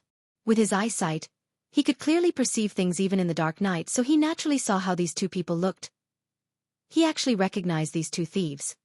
He snorted intentionally and sat up on the bed. Shwa, shwa. 2 swords were mounted on his neck, and a girl's voice sounded. Don't move or else I'll take your life. Sister, don't frighten him. What if this guy's skittish and screams out loud in fright? Another girl's voice sounded. This scene was truly seemingly familiar. You shut up, the elder sister reprimanded. The younger sister snorted, still unconvinced. She was quite reasonable. Ling Han laughed and said, Don't worry, my nerves are quite big. I won't scream. The sisters were startled. They had certainly seen people with big guts, but to this degree? It was truly rare. You're way too collected. Don't you know that 2 swords are mounted on your neck? Hong. At this time, a loud bang came from outside, and a powerful voice sounded. Chapter 518. Strange Mineshaft. Reverie _ Ling Han sighed and said, Tell me, who you guys tried to assassinate and failed again, provoking others to hunt you guys down? Huh, how did you know we're assassins? The younger sister said, surprised. You guys still haven't recognized my voice? Ling Han was speechless. Were these sisters even fit to be called assassins? The younger sister hurriedly lit up the oil lamp, swaying it before Ling Han's face, and couldn't help but shout, Mommy, as she pointed at Ling Han. She said, It's you. Why are you here? I've seen a ghost. These assassin sisters were obviously Lu Feng and Lu Ru, who failed to assassinate Suku Xian and left with Yun Shuang. Thinking about it now, they were certainly from the Fire Country. But it was just too coincidental, bumping into them in a country so big. Ling Han laughed and said, No need to care about why I'm here. How do we take care of your matter? We have to trouble young Master Han again to hide us sisters, Lu Feng said with a smile. This youngster was so calm and collected, completely unlike a teen, making her feel an indescribable sense of safety. TSK, we don't even know whom you offended and ran to such a remote town for refuge, yet you still want to protect us? Lu Ru was as before uncomfortable without saying a few provoking words. Ling Han curled his lip and said, Well, I'm truly sorry, please go wherever you came from. Cheap. I was just saying. Do you really have to be so serious? Lu Ru pouted. Seriously, whom did you guys offend this time? Ling Han sighed. Lu Ru instantly looked self-satisfied, and said, We tried to assassinate Fire Country's significant minister, Na Ji Yen. What sort of weird name is that? Ling Han interjected. Na Ji Yen, a dirty man actually named such a sissy name. Lu Ru seemed to have found mutual understanding with him. Her face filled with approval. That's right, like I said, this person's name is terrible one. Lu Feng was speechless, and said, The name doesn't matter, the key is that Na Ji Yen suddenly appeared in the recent half a year and became Fire Emperor's most highly regarded. He bewitched Fire Emperor to mine an extremely strange mine shaft. Every time the workers returned from mining, they'd die suddenly on the second day. However, Fire Emperor didn't give up, and assembled manpower from all over the country, excavating that mine shaft. Whoever dared to disobey would be killed. Now, countless people in the country are frightened, so we're killing Na Ji Yen to exterminate an evil for the country. Tisk, being assassins, you still get a feeling of nobility? Ling Han said with a smile. Don't you look down on us. We do have 3 no-kills. Lu Ru said proudly. Don't kill kids, don't kill the old, and don't kill those who do good. Ling Han nodded as he smiled and said, And then what? You guys tried to assassinate Na Ji Yen and ended up failing and being chased for 10,000 miles. Lu Ru pouted and said, Can't you estimate us a bit grander? Like, after we successfully assassinated him, then successfully broke away from the chasing soldiers? Hee hee. What does hee hee mean? Lu Ru stuck her hands on her hips and appeared extremely discontent. Hong. A heavy sound came from the outside. The house was probably torn down. That voice from earlier sounded again. The Imperial Guard's handling affairs. We can react first and report later. If everyone in this town isn't at the town's east gate in 15 minutes, the rest will be killed. Ling Han nodded and said, Looks like Na Ji Yen certainly is quite spoiled. An assassination attempt was made on him, and he actually sortied the Imperial Guard to chase the culprit. Hang Hung. There are 7 high-level spiritual ocean tier warriors chasing us. Thankfully we were quick-witted. Running away quickly. Lu Ru'er said proudly. Young Master Han. Zhu Wujia's voice sounded from outside the door. Ling Han pondered and said, dismiss and suitably teach those people a lesson, but no need to kill. Yes. Zhu Wujio accepted the orders and left. He was now at the 3rd layer of the spiritual pedestal tier and refined the heavenly luck stone. His battle prowess rocketed to 11 stars, and he definitely belonged to the elite in the fire country. Ling Han, however, sighed. With this disturbance, looks like the Ling family had to move again. These sisters truly caused nothing but trouble for him. Hey, your little attendant can settle those Imperial guards outside? Those are high-level spiritual ocean tier warriors. Lu Ru'er said in disbelief. Don't make a fuss. Ling Han pressed his hand in gesture and said thoughtlessly, how's Yun Shuang? Unbelievably good. She's a famous entertainer in the Imperial City. Everyone is honored to listen to Lady Shuang play a piece of music. Countless people want to marry her. Lu Ru'er said and looked wickedly at Ling Han, hoping to see a disappointed expression. How could Ling Han possibly care about Yun Shuang? He only recalled her after seeing these sisters and so asked thoughtlessly. In a short while, Zhu Wujio returned and spoke by the door. Young Master Han, the matter's taken care of. Are there any other commands? Ling Han nodded and said, go rest. Yes. Only then did Zhu Wujio leave. The sisters' expressions were filled with shock. After a while, Lu Ru'er finally said, Hey, is your attendant bullsh** ting? Ling Han shrugged and said, can you still hear the dogs bark? Lu Ru'er was first startled, then finally reacted to Ling Han calling the Imperial guards as dogs, giggling involuntarily, but immediately covered her small mouth with her hands, and said, I really can't hear them anymore. Lu Feng'er's expression was also filled with shock. Young Master Han, those are high-level spiritual ocean tier cultivators. Ling Han laughed loudly and said, the trouble's taken care of, you guys can leave now. May we never meet again. Sigh, encountering you guys is never a good thing. Pa, we aren't bearers of bad luck. Lu Ru'er's expression was full of annoyance, but immediately continued, since your attendant is so impressive, why not lend him to us for a few days and help us kill that Na Jiyen? Ling Han sneered and said, you have the nerve to say such a thing? Being an assassin to your degree, that's truly embarrassing. TSK, we're exterminating evil for the people. Lu Ru'er grabbed onto Ling Han and said, since you're now in the fire country, and bumped into us as luck would have it, it means heaven's ordained so. You need to give it effort. Ling Han declined to comment, but it couldn't be denied that this matter was too coincidental. Of all the places the sisters could run, they ran into his place of seclusion. He stroked his chin. If Fire Emperor was bent on having his way, then no matter where the Ling family moved, they might suffer the Imperial family's coercion to go dig those ores. Unless they left the fire country. However, what exactly were those mines that would make Fire Emperor act so crazily, personally destroying the basis of this country? Ling Han asked, do you guys know what mine shaft that is? We don't know. We only know that strange ores can be dug out every day and sent to the Imperial family. Lu Feng'er shook her head. A shred of curiosity welled up in Ling Han.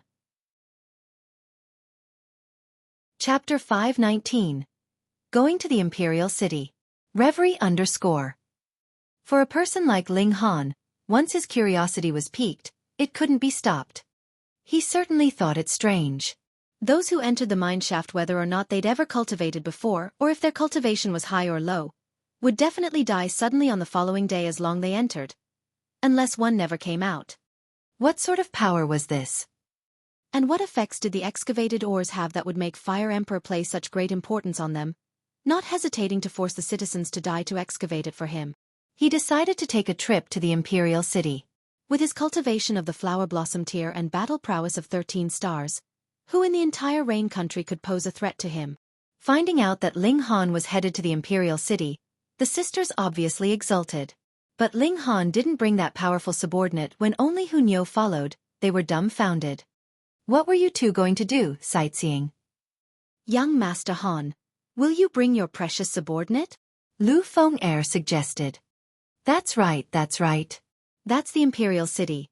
No shortage of the spiritual pedestal tier elites, and the royal family even has flower blossom tier elites keeping watch, enough to put you in your place within a second.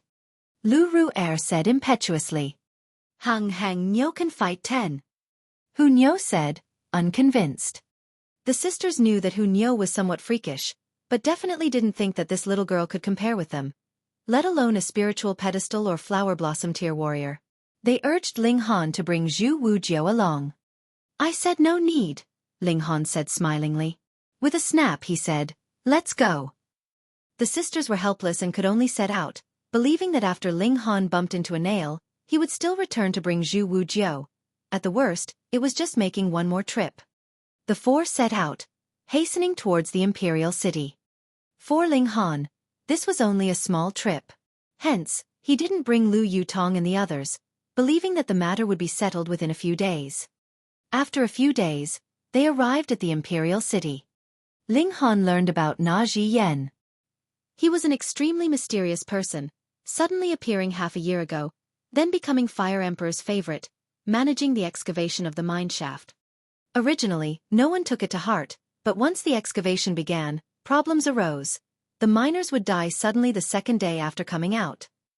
After flipping through historic records, they discovered that the mine shaft actually had problems long ago, so it was sealed up, yet it was reopened with Na Ji Yan's suggestion. No one knew exactly what was produced inside the mine shafts, but crimson-red rocks were sent endlessly into the royal palace. Although large amounts of miners suddenly died every few days, drawing the repeated objections of the courtiers, Fire Emperor was bent on having his way. He definitely wouldn't seal the mine shaft, and instead assembled citizens all over the country to enter the mine shaft. First were convicts on death row, then normal convicts, and now those who were caught were sent right to the mine shaft. Those who didn't enter were executed on spot, making the people around the imperial city on edge, living in fear. This Na Ji Yen, who exactly is he, and what is he conspiring? Ling Han couldn't help but be curious, but he decided to first go see the mine shaft. Let's go, we'll bring you to see an old love first. Lu Ru'er grabbed onto Ling Han, bringing him to see Yun Shuang. Yun Shuang was born at Cherishing Flower Pavilion, and so she also walked the old path in Fire Country. She bought an elegant manor in the imperial city, and would entertain some nobility, collecting a considerable entry fee. However, don't think of getting intimate with her. She only sold her art and not her body. Her status was rising steadily, and countless people were willing to spend a great amount of money to hear her play a musical piece, verifying an old saying, what could not be acquired was the best. Now, quite a few sons of nobility were going all out to marry this enchanting beauty, fighting openly and maneuvering covertly. All of them were generous, gifting a house today and gifting jewelry tomorrow. Yun Shuang's current possessions were definitely shocking. The four arrived at Yun Shuang's manor. It was built alongside a lake, the environment extremely graceful. Na Ji Yen might have made Fire Country on edge, but for high-level figures, their easy and comfortable lives weren't sent into disorder as they continued to lead a life of debauchery. No surprise their long line was already in front of the manor's entrance. Shuang Yun's small manor didn't accept reservations. If you wanted to listen to Shuang sing, you had to come early to line up. However, Lady Shuang also had the habit of sleeping in and would open her doors to greet guests in the afternoon, stringing everyone along. Ling Han nodded. If Forget Not and Pill King Pavilion were handed to Yun Shuang for operation, maybe the business could still have been several times better. What are you guys doing? Line up. Know how to line up. Seeing Ling Han head straight for the entrance, everyone was in a bad mood. The sisters paid no heed and came to the entrance, taking out a black token and dangling it. The old servant at the entrance immediately let them in. Ling Han obviously held Hu Niu's hand and followed inside. These made many people displeased and harbor suspicions. A young man entered Lady Shuang's manor, and a man with many women at that. What good could possibly happen? What a beast, even bringing such a small lady. Young Master Han. Shortly after Ling Han entered the manor, Yun Shuang walked over hastily. She was covered in thin clothing and her hair was disheveled. Evidently she was sleeping, and after knowing Ling Han had come, She immediately ran out. Ling Han smiled slightly and said, "Long time no see."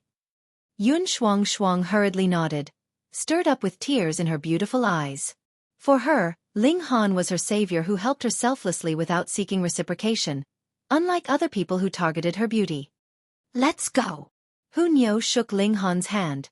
Her jealousy was great as usual. Ling Han nodded and said to Yun Shuang, "You're doing well, keep taking good care of yourself." Yun Shuang couldn't help but be disappointed and said, "Young Master Han won't stay for a while longer."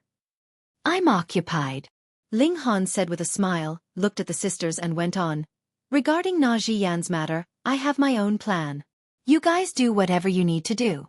Else if you're chased down once more, I won't intervene again." Tisk, saying it as if you're really impressive. Lu Ruer stuck her tongue out.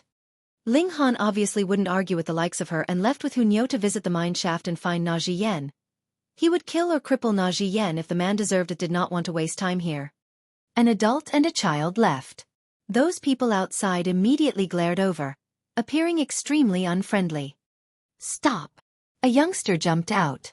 23 or 24 years of age, with a 7th layer of the gushing spring tier cultivation, placed in the desolate north, that was genius level.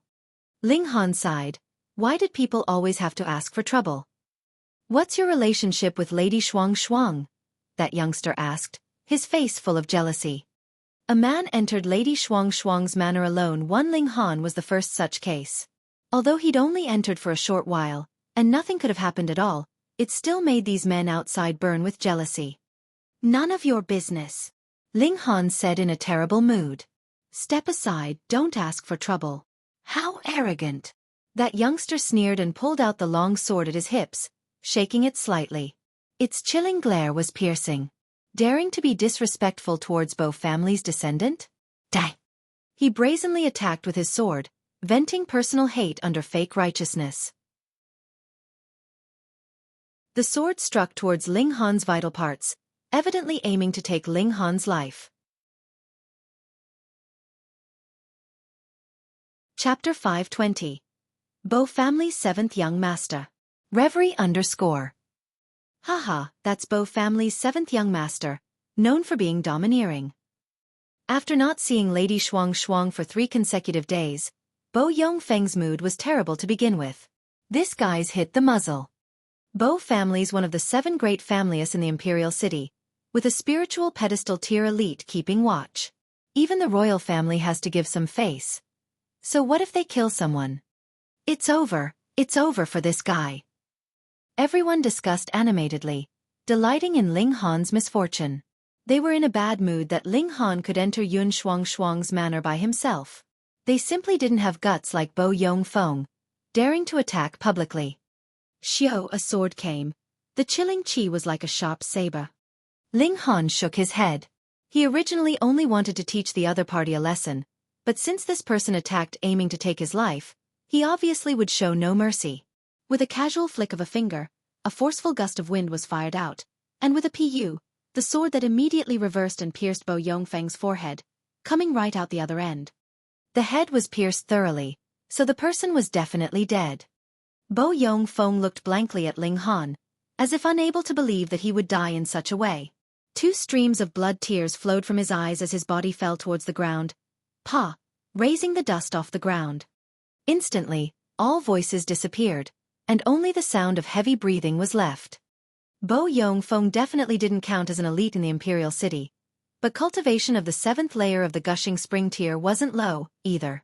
Moreover, Ling Han was young, looking 18 to 19 years old, so how strong could he possibly be? However, as it happened, he killed Bo Yongfeng with a single finger. Bo Yongfeng, an outstanding figure amongst the younger generation in the Bo family. Although he pursued carnal pleasures, wasn't this normal for youngsters? Bo family had placed high expectations on this family member that was extremely likely to become a spiritual pedestal tier being. However, it was obviously all void now. Such great nerve, to kill even Bo family's young master. This thing was serious. Bo family's rage would shake the entire imperial city. In the manor on the balcony, Yun Shuang and the sisters were watching Ling Han leave, but after seeing this scene, they were also shocked, with their small mouths open wide. This guy attacked too viciously, killing the person right away. This guy can stir up trouble better than me, Lu Ru'er muttered. Ling Han cracked a smile and said, anyone else wants to stop me? Everyone hurriedly shook their heads in unison. Amongst the younger generation, spiritual ocean tier experts hadn't appeared, so no one dared to make an enemy of Ling Han. Killing Bo Yongfeng in one move, everyone obviously assumed that Ling Han was a spiritual ocean tier expert. Based on his age, this was already an overestimation. Let's go, Ling Han said to Hunyo. Yes. Hunyo agreed in a clear and bright voice, following behind Ling Han. Everyone could only watch them go, and only after Ling Han left did they realize their backs were covered in cold sweat. They hurriedly dispersed in an uproar. Bo family's young master was killed, so they obviously had to spread the news out. Otherwise, if the murderer escaped, the Bo family might take their anger out on them. Sister, I just realized, I actually can't see through this guy's cultivation, Lu Ru'er suddenly said. Lu Feng'er also nodded and said, I'm already at the spiritual ocean tier, but I still can't see through young Master Han's cultivation. Could it be? The sisters looked at each other and said simultaneously, the spiritual pedestal tier. Their next target was 15,000 meters east of the Imperial City, the mine shaft which had been exploited thousands of years ago. It had some strange metal ores, but due to an ominous accident, the mine shaft had been sealed long ago. Only in the recent half a year was it reopened. Very soon, Ling Han discovered pursuers behind them, but he didn't pay attention to it. In the small fire country, no one could pose a threat to him. After exiting the city gates, he and Hunyo continued east, and immediately saw a crimson-red mist that covered the sky. It was impenetrable even with Ling Han's eyesight. Ling Han was slightly surprised. They're very not good, not good. Hunyo shook her head and revealed a vigilant expression. Even Hunyo said so. Ling Han was even more shocked. Hunyo feared nothing in heaven or earth. At that time, she skipped and jumped about inside the demonic qi, but now she actually showed fear. Apparently, this mine shaft was truly something more than met the eye. Looks like he somewhat underestimated Na Jiyen. Clearly knowing that people died here every day, he was still bent on excavating. Could some treasure be buried within the mine? However, looking at the pervasive crimson qi, this probably wasn't a treasure, but an ominous thing instead. A greatly ominous thing. Even more so a reason to go see it. Ling Han nodded. His parents and family were all here.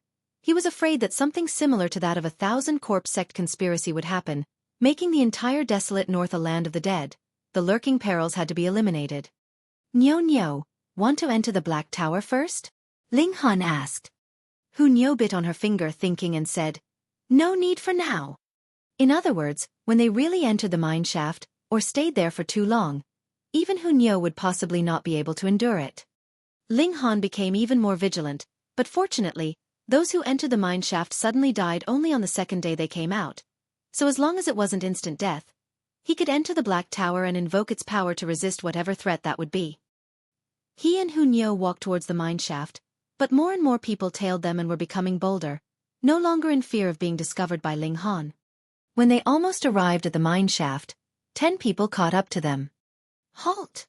A middle-aged man yelled loudly and caught up in a few large strides. His face was ashen and killing intent filled his gaze. He was Bo Wan Lin Bo Yongfeng's father and had the cultivation of the 7th layer of the spiritual ocean tier. After being informed that his son was killed by someone, he immediately came out chasing. Killed my son and still want to walk away from it? He said, clenching his teeth. So what do you want? Ling Han said indifferently. Out to kill, Bo Wan Lin said fiercely, a life for a life. Ling Han shook his head and said, if you attack, then it'll be the death of father and son. I'll give you a chance. Leave now. If you attack me, then you'll be seeking your own death. He turned and continued to walk towards the mine shaft. Being glanced at by Ling Han, Bo Wan Lin instantly felt a terrible chill well up inside his heart, not daring to attack. He clenched his fists and watched Ling Han go into the distance, involuntarily revealing a grim smile. Everyone knew that entering the mine meant certain death. Well, Although he couldn't personally take revenge, the most important thing was the result. He stared at Ling Han to confirm that Ling Han entered the mine and didn't just pretend to do so, taking the chance to slip away.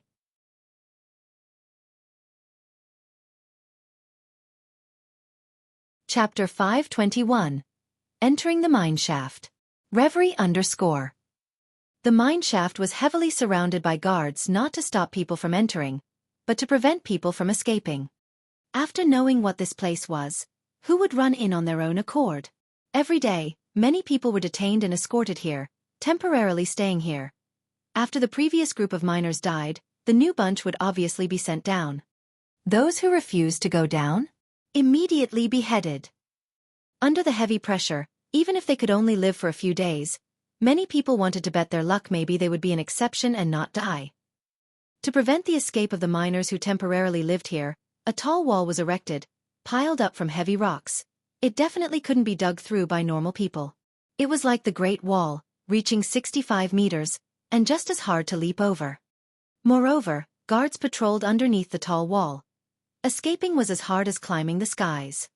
Of course, this was all with regards to normal people. Ling Han and Hu Niu leapt up, arriving on the other side of the tall wall. "Who are you guys?" a guard immediately asked as 7 spears pointed towards them simultaneously. "Let them in." Bo Wenlin appeared. He stood on the tall wall in the distance. Once Ling Han entered the mine shaft, he would help along the way. The enemy wanted to suicide, so he obviously wouldn't mind giving it a push. After all, he couldn't see through Ling Han, who gave him a sense of extreme danger. Thus, he didn't want to fend against Ling Han head-on. "Yes, Lord Bo," the gods replied at once. Their duty was to stop miners from escaping. Someone wanted to go in? No matter, they'd die the second day after coming out anyway. Ling Han surveyed the area. Ahead was a large-scale mine shaft in the open, with interlocked adits unearthing downwards continuously, unfathomably deep. Even having dug so deep, water didn't come out from the bottom. Looking from here, not even a single miner could be seen. Apparently, they'd already entered the depths of the mine shaft. Threads of crimson-red gas rose up from within the mine shaft and stopped when they reached 3,000 to 2,000 meters up, forming a giant red cloud. Hu Niu bared her teeth to reveal a fierce look, appearing quite anxious. Ling Han didn't dare to be careless, yet took large strides towards the mine shaft. When Ling Han's figure disappeared at the edge of the mine shaft, Bo Wenlin revealed a cold smile. Now Ling Han was dead for sure. Unless he stayed inside the mine shaft his entire life. But was he able not to eat and drink? Ling Han entered the mining area. Underneath his feet was loosened soil. Crimson-red soil wasn't a rare sight, but here it was ridiculously scarlet, as if dyed in blood. Especially when there was red gas rising continuously, appearing extremely eerie. "I sense an ill omen," Ling Han said. This was based on pure instinct. "Yes." Hu Niu nodded emphatically. The two continued to advance. They could fly physically, but didn't choose to do so. The soil and rocks here all gave Ling Han an extremely strange feeling. He picked up a few rocks and some soil to store it into the black tower, then took Hu Niu inside as well. "Small tower. Can you see anything special about these things?" Ling Han asked. Small tower appeared and said, "Cursed soil. People who don't have a strong enough natal horoscope will die soon after contact." Cursed. Ling Han was astounded. He had never heard of this type of power. Could it be that cursing someone to die was not just in speech, but could truly make someone die? And natal horoscope, what was that? Curse is also a type of power derived from the Great Tao. It's ceaseless and can manifest itself in various ways, Small Tower said leisurely. "So I'm also affected by the curse now?" Ling Han asked. "Yes, stepping on the cursed land, you obviously suffered from the curse, but your natal horoscope is very tough, so you won't die. At least you won't die from this amount. This level of cursed power is something I can easily neutralize," Small Tower said. "And what's that natal horoscope?" Ling Han asked again. Small Tower swayed a little and said, "Why do you have so many questions?" "Ask when you don't know, this is a good habit," Ling Han said smilingly. Natal horoscope, destined at birth, is influencing your fate to a great degree, Small Tower said. In your two lives, your natal horoscopes are the same, making it possible to fuse two souls, and not making it just a simple possession. Elaborate. Ling Han suddenly became interested. I don't have the interest to satisfy your curiosity. Small Tower immediately became haughty. Although there isn't much cursed power contained in the soil, to reach such a degree simply from it overflowing, a cursed tool or a person with special natal horoscope is definitely buried underneath the land, forming the cursed power. What about Hu Niu? Would she be affected? Ling Han asked again. This little girl's natal horoscope is too special. I can't see through her if I don't use the power of origin source, Small Tower said dully. Ling Han finally dropped his worries and exited the Black Tower with Hu Niu, continuing onwards. What Na Ji Yen and Fire Emperor conspired? Could it be for the cursed tool within the mining area? No one would steal dead people, unless it was the Thousand Corpse sect. The two treaded on slightly wet land and walked downwards. It was like a bowl. The further out the wider it was, and the further in the narrower it was. As they ventured deeper, the surroundings became dimmer, and if it weren't for Ling Han and Hu Niu's extraordinary eyesight, they'd probably be blind with open eyes. However, going down another stretch of the road, the flicker of torches could be seen. In such darkness, one couldn't possibly mine ores after all. Seeing Ling Han's carefree look, with a little girl on the side pulling on the hems of his clothes, a few miners revealed an expression of disbelief and began to doubt their eyes, wondering whether it was an illusion or not. Ling Han's gaze swept by. He only saw that these people's faces were numb all over. After they entered here, they were equivalent to dead men, so who would still be composed? Food. Food. When they saw the dried meat in Hu Niu's hands, their gazes lit up, as if they were travelers seeing an oasis in the desert. Rushing over, they looked like they were going to forcibly take it. Ling Han was amused. A few normal people wanted to rob him and Hu Niu. Hu Niu was most protective of her food, and immediately revealed a vicious glare. They dared to rob her food. Ling Han pulled on Hu Niu and said with a smile, "Want food? Sure, but answer a few questions." He waved his finger and immediately left a deep mark on a rock, frightening the miners into an immediate halt. Those people stared at the dried meat in Hu Niu's hands, drooling as they asked, "What do you want to know?" "The situation here, tell me all you guys know."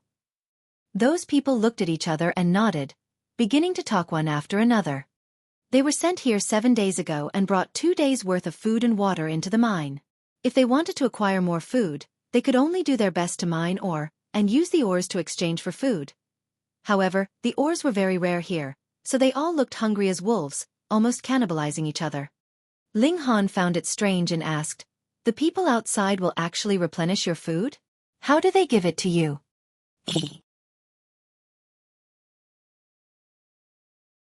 Chapter 522. Blood Red Ores. Reverie _ The miners explained one by one.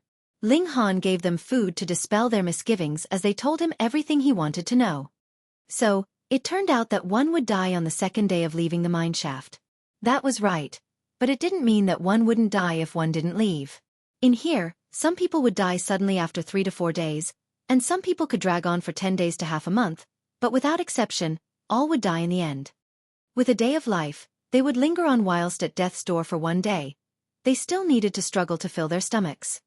The guards didn't dare to enter the mine shaft and could only take food to exchange for the ores they mined at the separation of the mining area, throwing back and forth. However, no one dared to hide the food in the mining area, since it would be robbed clean by others.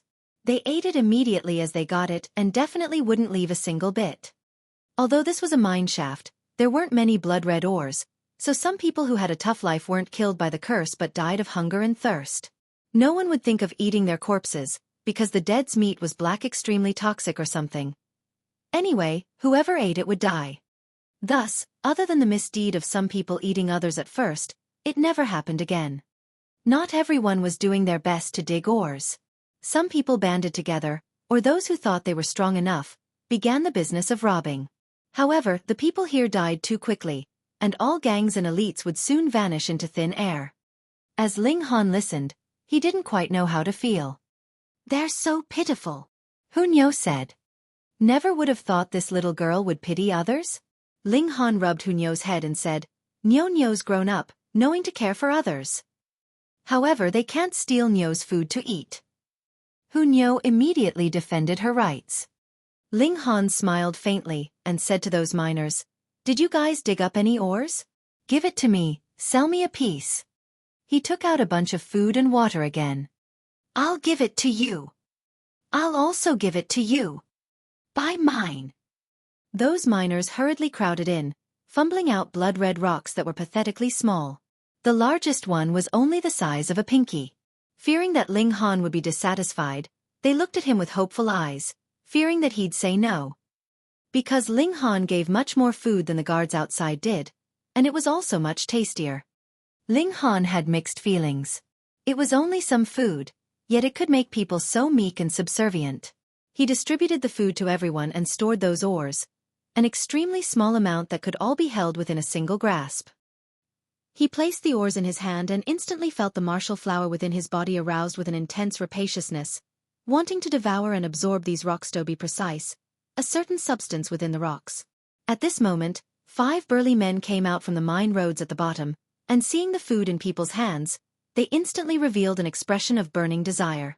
Each one of them revealed a threatening look and yelled, "Hand over all the food!" A burly fellow pointed at Hu Nyo and said, "Brother Yang, there's also a little girl." "What a girl!" Brother Yang saw Hu Nyo and instantly licked his lips. "I love these young chicks the most. Haha, I've held back in here for 10 days. Today, not only can I get a delicious meal, but also feel some pleasure." Ling Han sighed. Inside the mine shaft, the ugliness of human nature was enlarged infinitely, and passing a day without knowing whether tomorrow would come, whose evilness within wouldn't be unleashed. Anyway, if one didn't have many days to live, why not do as one pleased for once? This Brother Yang was obviously the typical case. However, this person's natal horoscope was truly tough.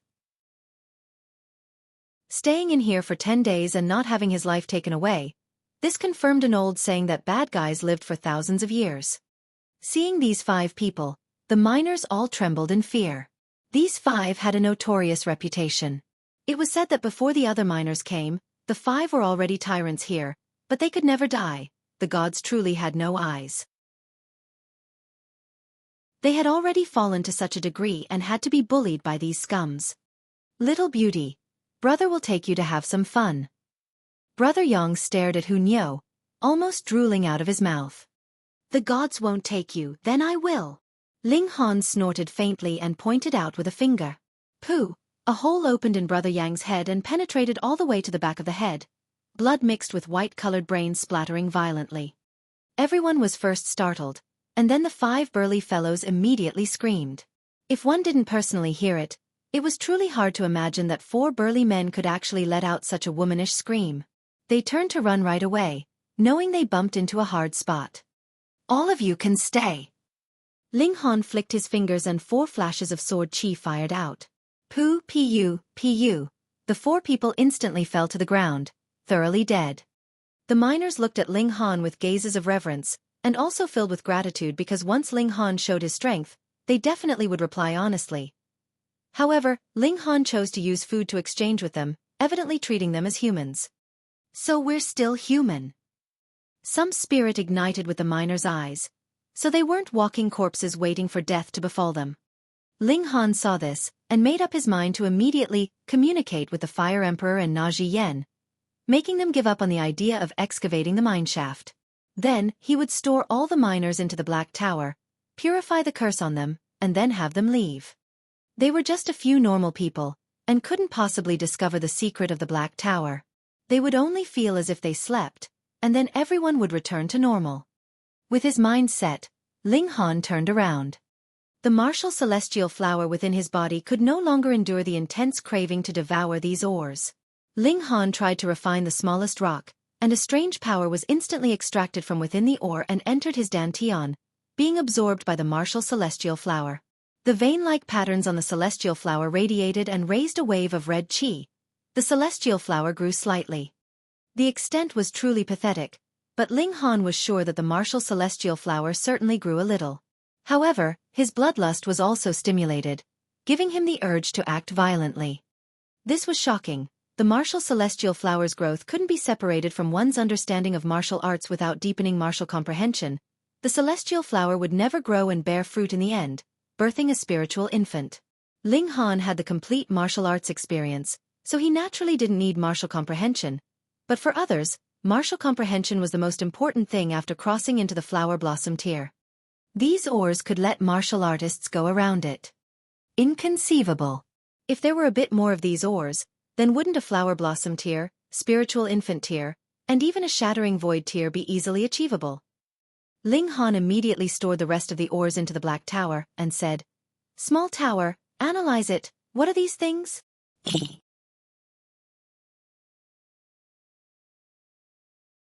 Chapter 523.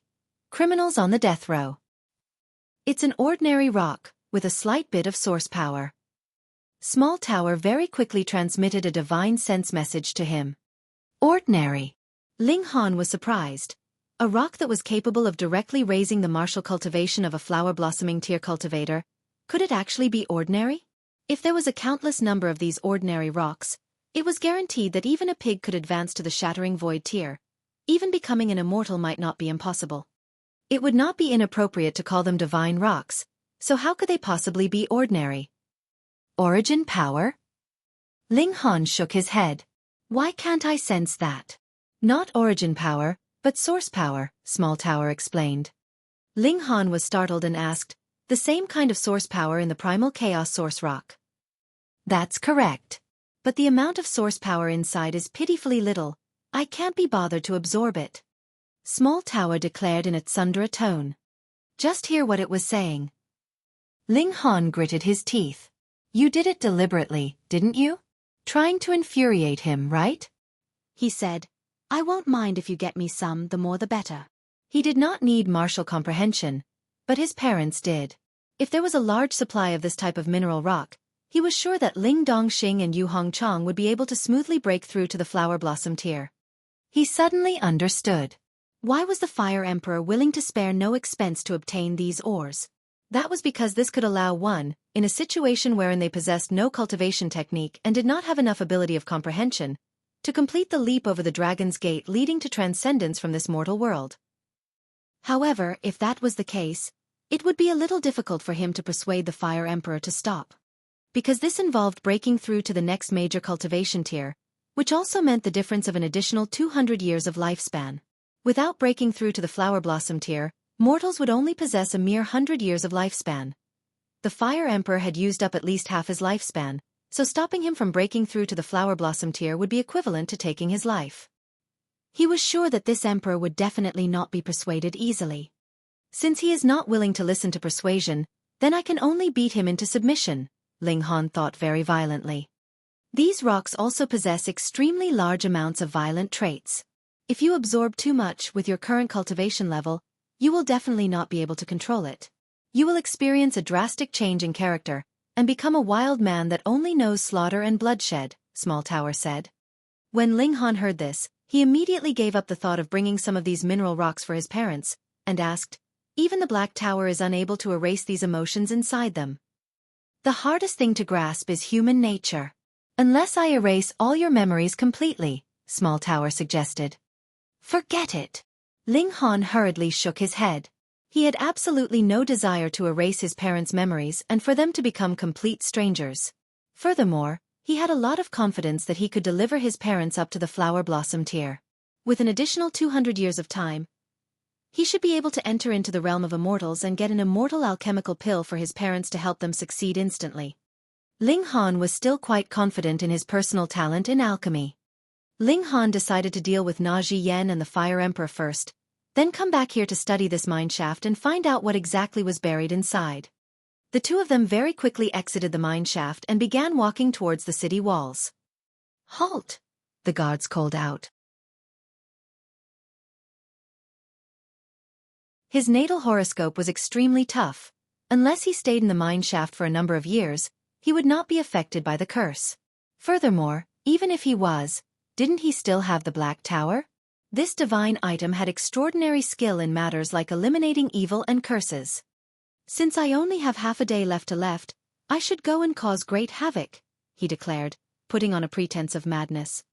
Bo Wenlin immediately looked wary. Previously, He had not made a move because he had sensed that Ling Han was not someone to be trifled with. And now this guy who was not to be trifled with only had less than half a day to life. Then that would be even more horrible. Who would be willing to risk their life against someone who was going to die? Young man, you are definitely going to die. I can't bother to drop down to your level. However, I will follow you and watch you die, he declared. Ling Han grinned and asked, Really? You will follow me wherever I go?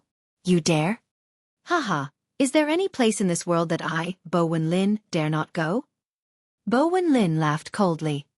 Then come, Ling Han said with a smile, striding forwards.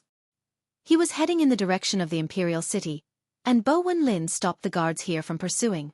Otherwise, how would these people possibly be able to stop Ling Han? Ling Han was not walking very fast. He only entered the Imperial City after close to half an hour had passed. Let's quickly go and watch, quick. 2 female assassins have been arrested, and they are about to be beheaded at the Eastern Gate in a public display. He had just entered the city when he heard a passerby running around and announcing the news. He looked very excited, and attracted a large number of people to follow him. Female assassins, and there were 2 of them? It couldn't be Lu Feng-er and her sister, right? Ling Han immediately changed course and headed towards the Eastern Gate as well. How had these 2 women compromised their identities and whereabouts and actually fallen into the hands of the imperial family? He sped up slightly, and in just a few minutes, he had arrived at the Eastern Gate. He saw a tall stage had been erected in a public square. There were 2 girls being held down on the executioner's block. Their hair hung loose, and there was no way to distinguish their appearance. But with how Ling Han was familiar with the air of these 2 girls, he could confirm that these were the Lu sisters. AI, were these 2 people really made out to be assassins? At the side, someone was announcing the crimes of these 2 girls. They had attempted to assassinate an important minister, Na Zhiyan, committed an offense against imperial authority, and now they were to be beheaded in public as a warning to the others. The move to behead these 2 beauties in public, furthermore one carried out with such expediency, was made probably because the Fire Emperor's forceful excavation of the mine shaft had caused seething discontent among the citizens. As a result, he deliberately chose to execute these 2 girls in such a public manner to suppress the whole nation, especially the rebellious feelings in the imperial city. Assassinate Na Zhiyan? Then these 2 young girls must definitely be good people. The gods are blind. They actually did not allow that bastard to be killed. Instead, 2 good people will die. Shoo, be quiet. Don't you want to live anymore? The masses were embroiled in a furious discussion, and all expressed sympathy for Lu Feng-er and her sister, as well as their deep-seated hatred for Na Zhiyan. Ling Han did not immediately move to save them. He wanted these 2 girls to learn to be more obedient, so that they would not be some assassins in future. They were absolutely not cut out for this profession. Bo Wenlin naturally followed him here. He could not help but look extremely surprised. This person who was about to die was still in the mood to watch another person's execution. Just how thick were his nerves? The time is up. Commence the execution. An executioner walked up the tall stage. His upper body was bare, and he held a gigantic broadsword in his hand. He took a drink of wine, then spat it all over the blade. Then he raised it high, and under the sun of dusk, a forlorn light was reflected from his blade.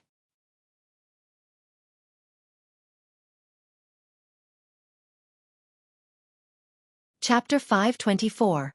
Forcefully seizing the execution ground. Who was that, who actually planned to forcefully seize the execution ground? How dare you? One of the officials supervising the execution jumped out.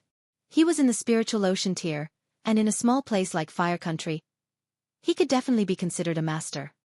He glared furiously at Ling Han and said, "Where has this madman that would dare to be so outrageously bold come from?" Ling Han smiled slightly and said, "Under the command of His Excellency, Bo Wenlin, please hold the execution." Pooh! Not far off, Bo Wenlin immediately choked. This was an injustice, a colossal injustice. This brat was really reckless. Not only did he kill a member of the Bo clan, he actually planned to make bogus accusations of his victim as well. But this brat was destined to be a dead man, so what else did he dare not do, and what other reservations would he have left? Bo Wenlin, as a great master of the spiritual ocean tier, in addition to the reputation of the Bo clan, was unknown to none in the imperial city. Instantly, countless eyes swept over to focus on him. With their united actions, that official naturally spotted Bo Wenlin as well. He instantly erupted into a great rage and exclaimed, "Master Bo, you actually dared to command another to seize the execution ground by force. What a treasonous action this is! What the fuck?" Bo Wenlin hurriedly leaped out and said, "Master Go, please do not misunderstand. I don't know this brat at all. Master Bo, your words have truly made me sorrowful." Ling Han pretended to be sad. "Didn't you agree that you would become my sturdy support, and no matter what happened, you would be there to back me up?" "Master Bo, these are your precise words. Wherever I go, you would follow, isn't that right?" Bo Wenlin could not deny it at this moment. He had indeed said that wherever Ling Han went, he would dare follow, but with the way that Ling Han had simply picked out these words and repeated them, their meaning was completely different. He had been used to standing in a high position. How could he have possibly encountered this kind of situation in the past? He had actually turned dumb from his anger, and did not know how he should refute this accusation. But in the eyes of others, this was obviously a tacit agreement. "Hiss! Old Nine of the Bo clan is really brave that he dares to even seize the execution ground by force. Master Bo is really a good man. He knows that anyone who attempts to assassinate Na Ziyan are faithful officials and martyrs, and wanted to leave behind sparks for Fire Country. That's odd. When did Bo Wenlin make a turn like he's a completely different person that he would actually do something like this?" Some were praising Bo Wenlin, whereas others were expressing doubt. There was really too wide a disparity between his usual behavior and his actions now. Bo Wenlin was a master in the spiritual ocean tier, and thus naturally heard the whispers of the masses. Inwardly, he wanted to throw up blood. He was absolutely not that kind of man, all right? What business was it of his if commoners lived or died?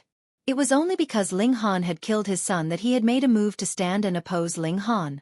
As a result, Ling Han had actually dug out such a gigantic pit for him to leap into. "Master Bo, my mission has been completed, so I'll hand things over to you now," Ling Han said, smiling, then said to the two girls, "Quickly thank Master Bo for his kindness in saving your lives." Lu Feng Air and Lu Ru Air's chains had been unlocked by Ling Han, and their cultivation was unsealed as well, so they recovered their cultivation. They were not the slightest bit dumb, and immediately cooperated with Ling Han's act, bowing daintily in Bo Wenlin's direction and both saying at the same time, "Many thanks, Master Bo." Right, even if he jumped into the Yellow River, there would be no way to wash himself clean. 1. Let's go. Ling Han stretched out a hand each and grabbed both girls, immediately fleeing. "Master Bo, we'll meet again in the usual place." "No way you are leaving." One of the supervising officials quickly moved. He stretched out his right hand to grab Ling Han's back. He was skilled in palm techniques, and with this move of his palm, tightly woven patterns flickered brightly. It was as if a tree demon had spread out its roots, clawing at Ling Han. In truth, a mere breath of air from Ling Han could easily kill that official. However, he used the ghostly immortal steps. His figure moved in a bizarre manner and easily dodged his attacker's palm strike. Then his figure sped up, and the farther he went, the faster he moved. Bo Wenlin hurriedly broke out into run in pursuit. He definitely had to detain Ling Han, or he would really be unable to clear his name. "Master Bo, you intend to flee as well?" The supervising official sneered darkly. His figure made a sharp about turn, and delivered a palm strike in Bo Wenlin's direction. "Your sister!" Bo Wenlin's nose was almost bent in his anger, and he exclaimed, "Master Go, I was going to recapture those 3 escaping criminals." Heng heng. Why didn't I see Master Bo make a move just now then? And now you are so proactive? Master Bo, you wouldn't be purposely stopping me from pursuing the criminals, would you? The supervising official asked coldly, his expression clearly saying that he had seen through Bo Wenlin's deception. "Fuck your sister, you're the one stopping me now." Bo Wenlin could do nothing but make a move of his own. He had similar ability with that supervising official, so how could he simply allow the latter to attack him as he liked? However, with this move to defend himself, it was as if it was a confirmed fact that he was trying to assist Ling Han and the others in their flight, making the supervising official smirk repeatedly. This fuck asterisk what the fuck? At this moment, there were 10,000 curse words streaming through his heart. Ling Han brought the two girls all the way outside the city, then tossed them away and said, "For assassins to fall low to the extent that you have, it's really enough. Just honestly find a man and marry him. Then obediently stay at home to take care of your husbands and teach your children. Hang, it's all your fault. You were the one who caused others to misunderstand. In the end, the moment we left Yun Shuang's place, it led to a large number of people all gathering around us to ask this and that. As a result, trouble happened." Lu Ru'er declared defiantly. Ling Han rolled his eyes and asked, "So this is my fault?" "Naturally." Lu Ru'er pushed all the blame onto Ling Han. Ling Han waved his hand and said, "Fine, I won't argue with you too. In short, the two of you have to leave the Imperial City immediately." "Then what about Na Ziyan?" "I will deal with him," Ling Han replied calmly. "Are you sure you aren't merely boasting?" Lu Ru'er's expression was filled with doubt. Ling Han humphed and said, "If you two still won't leave, then I'll send you both back. I'm sure that Na Ziyan would extremely hope to see your two cut off heads." "We'll leave, all right?" Lu Ru'er fumed. "Many thanks for saving us again, young Master Han." Lu Feng'er was much more sensible. She bowed to Ling Han daintily, and forcefully pulled her younger sister into a bow as well. "Thanks," Lu Ru'er said reluctantly. Ling Han nodded and said, "In a few days at most, you two will hear the news of Na Ziyan's death, so just go with a peaceful heart for now." "Yes." Lu Feng'er tugged Lu Ru'er along with her and left. Lu Ru'er, meanwhile, kept turning back around, as if she wanted to continue arguing with Ling Han. "Sister, he is the son of the skies, and not someone we would be able to reach. Even if we force ourselves to reach up to him, we would only be scorched mercilessly." Lu Feng'er was aware of her sister's feelings. Don't look at how she was fighting so fiercely with Ling Han.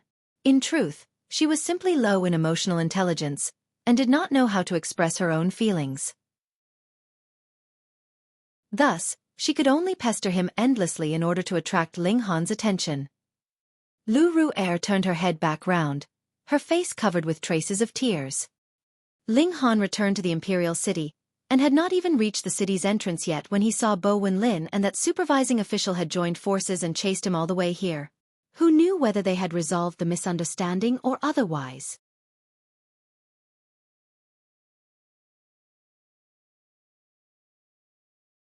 Chapter 525.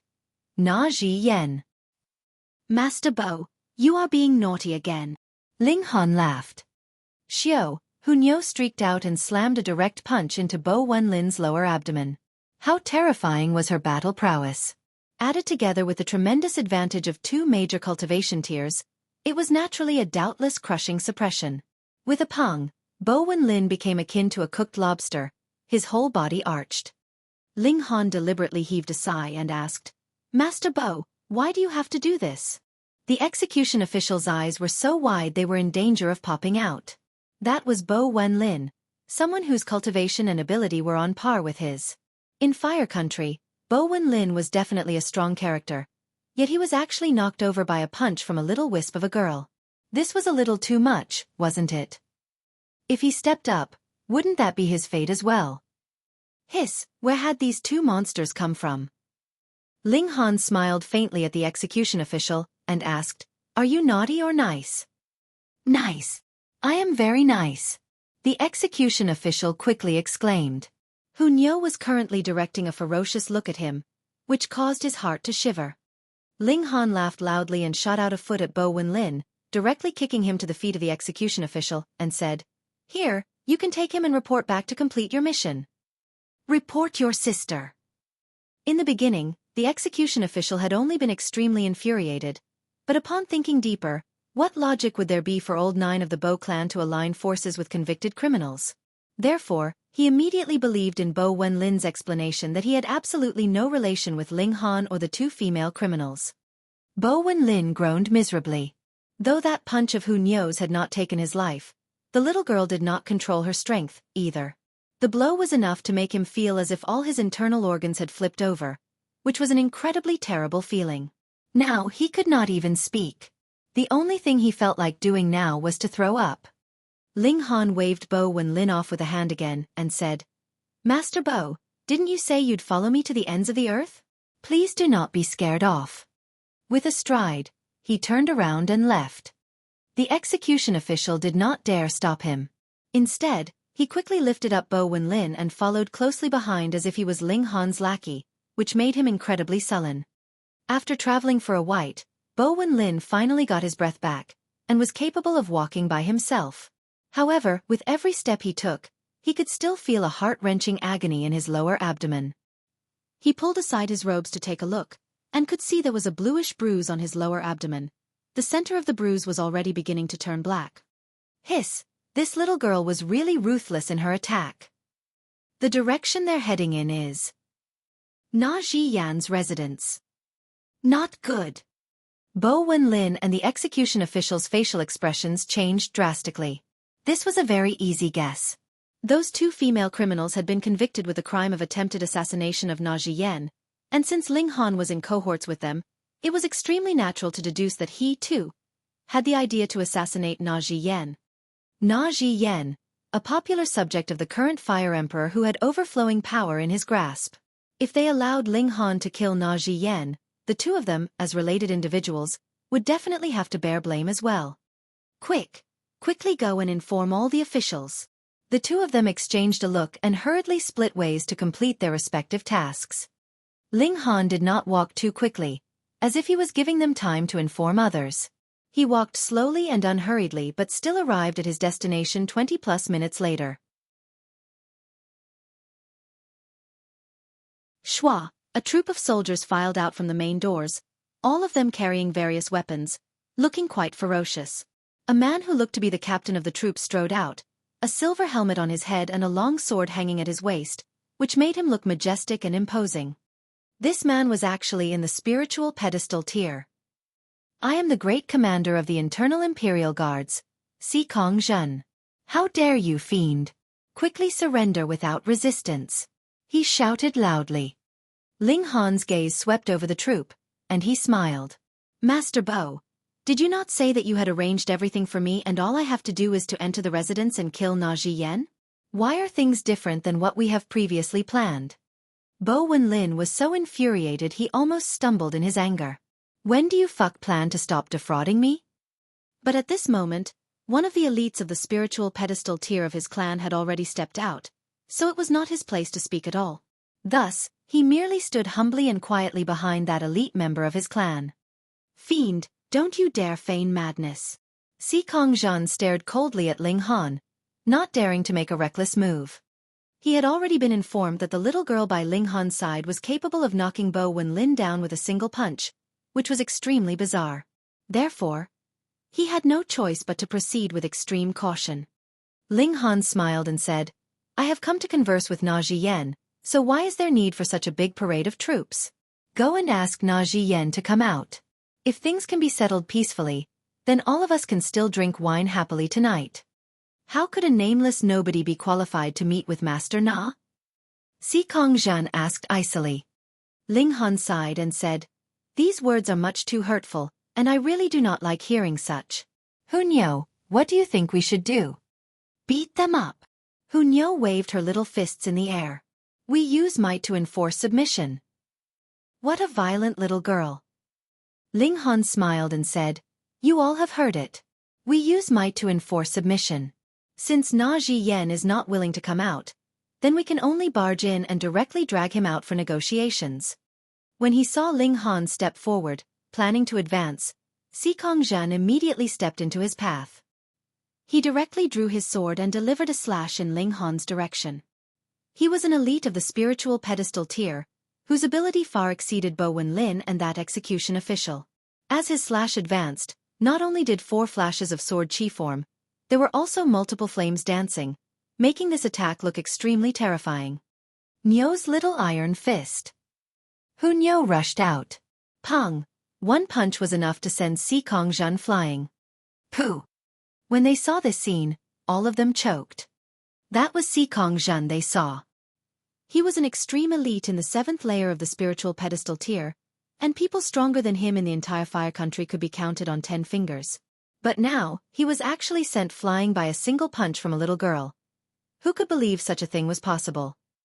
Gods! Was this little girl a monster? What cultivation level did she have to be at to be able to do something like that?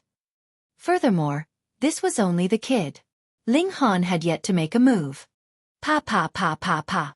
Applause rang out as a white-robed man walked out of the residence. This man was tall and slender, and handsome to the point of being almost beautiful. It was as if his black locks were a spiritual snake, and actually moved without any form of wind blowing.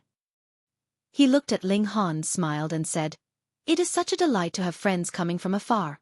I am Na Ji Yen. How should I address this friend?" Surprise flashed through Ling Han's eyes. This Na Ji Yen was actually in the flower blossom tier. Strange, this was extremely strange.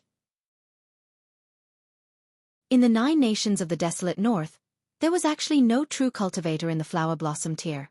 The so-called flower blossom tier cultivators were in truth simply in pseudo-flower blossom tier, and had only managed to enter this cultivation level with the supportive power of the nation. They had exceeded mortality, but how powerful was their battle prowess, and how much their lifespan had increased was a different story. Aside from an overbearing, aggressive character like the Rain Emperor, Ling Han truly did not believe that there would be a genius in the 9 nations of the desolate north capable of taking that step into the true flower blossom tier without aid. But this Na Ji Yen standing in front of him was genuinely in the flower blossom tier, and had definitely not accumulated such cultivation by depending on power of the nation. With such power, he actually came to the desolate north to be an important official. Ling Han instantly understood. Na Ji Yan's target definitely had to be that mine shaft. Laboriously scheming and spurring the Fire Emperor to reopen that fatal ancient mine, he naturally should not have been aiming for those mineral rocks that would cause madness. He probably was aiming for the cursed tool that had been sealed under the mine, wasn't he?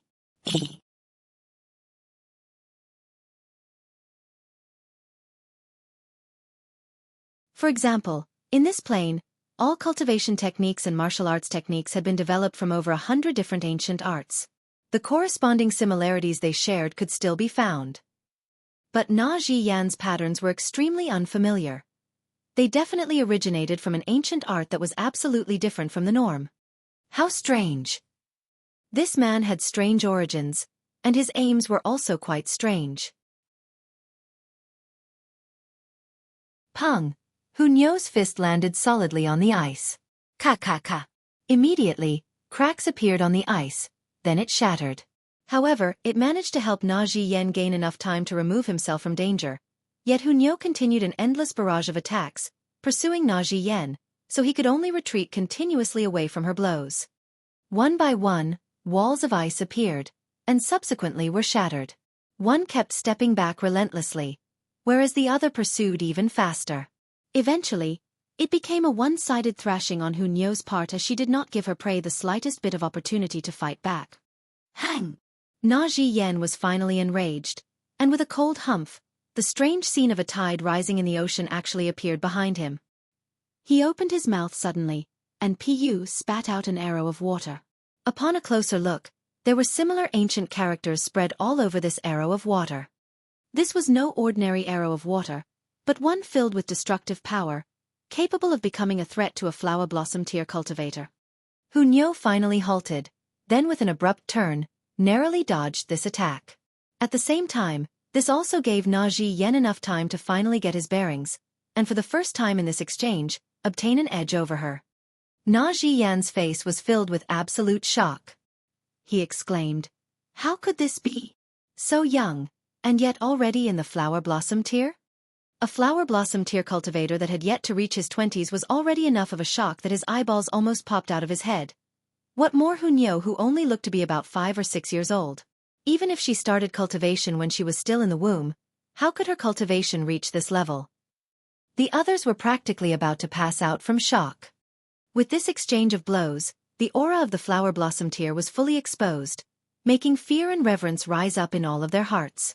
This was because flower blossom tier cultivators had completely discarded their mortality and ascended from the mortal world. Aside from those at the level of rulers in martial arts, this kind of aura would absolutely suppress everyone else.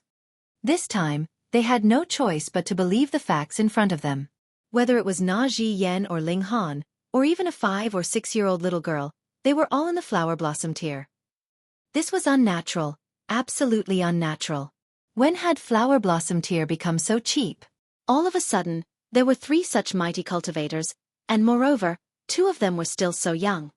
Ling Han grinned and said, "Frog that sits at the bottom of a well, do you now know there will always be someone else better no matter how perfect things appear to be?" Hu Niu bared her teeth at Na Zhiyan. She had yet to use her strongest weapon. Na Zhiyan still looked very astonished and asked, "Are you the excellent disciples of Heaven's Sword sect or Cloud Phoenix sect?" "Neither." Ling Han shook his head. "You don't have to guess our origins. I came only to say one thing. Immediately stop the excavation of the ancient mine shaft. I regret that I cannot comply with your wishes." Na Zhiyan shook his head as well. "Young man, no matter which party you come from, you must definitely not interfere in this matter. This is a word of advice from me. If not, your only path is death." "Oh, is it really so exciting?" Ling Han laughed loudly. "Then I want to play even more." Na Zhiyan's face was filled with displeasure, and he asked, "What do you think of my skill?" "Not that great. I will be able to subdue you in 3 moves." Ling Han tossed out casually. Na Zhiyan almost died from fury. Forcibly suppressing his anger, he said, "Where I come from, even if there aren't 100,000, there are at least 80,000 people at my level. And there is at least 10 or 20,000 people stronger than me." Hiss. The faces of those from Fire Country all twitched uncontrollably. What kind of terrifying party was that flower blossom tier cultivators numbered 10,000? One had to understand. In the whole Fire Country, only the old emperor from 4 generations ago managed to break through to the flower blossom tier with the aid of power of the nation. Furthermore, the power of the nation of one country was only sufficient to produce 1 flower blossom tier cultivator. Moreover, there were even people stronger than flower blossom tier, and there was even as many as 10 or 20,000 of these terrifyingly powerful people. Too terrifying. What kind of party was that? Ling Han gave an indifferent "oh" and said, "Then I'm really curious now, which party did you come from?" "Hang, that is none of your business. You need only know that if you stand against me, you will suffer a tragic end." Na Zhiyan said coldly. "Niu, tell me, are we people who have managed to grow so far by being scared?" Ling Han suddenly asked Hu Niu. "No." Hu Niu exclaimed clearly. "Then if someone threatens us, what should we do?" Ling Han asked. "Beat him till he surrenders, use violence to beat him into submission." Hu Niu declared with extreme ferocity.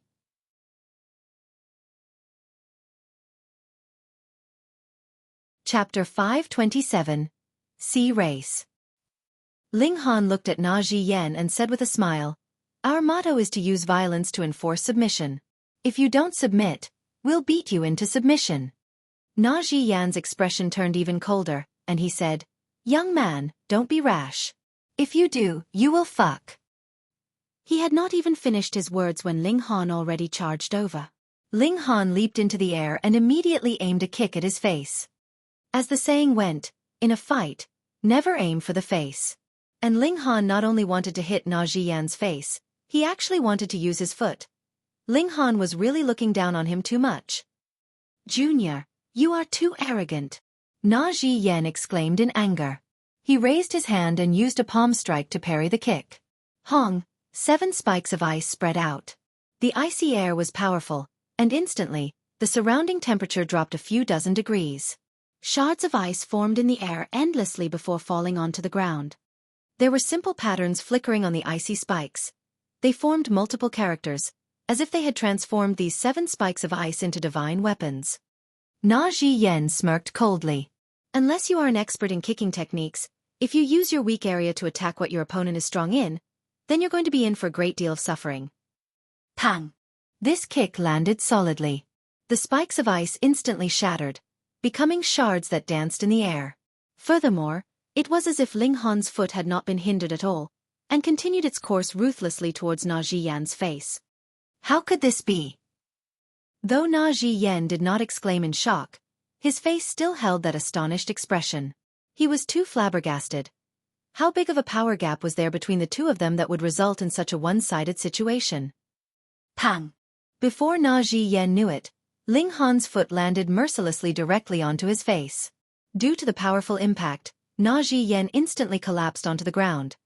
His whole head was forcibly trampled into the limestone path, making him look like a headless monster. Hiss, that was too horrible. A grand and mighty flower blossom tear cultivator was actually thrashed so horribly. Pang! Pieces of rock flew and Na Zhiyan shot back up, his expression completely dark. In such a small, mundane place like the North region, he actually suffered such humiliation. This was practically enough to fill him with the urge to commit suicide. Thankfully, it was not witnessed by any members of his party, or he would really have no pride left to face them. Ju! Pang! He just said one word, and immediately was knocked over by another kick from Ling Han.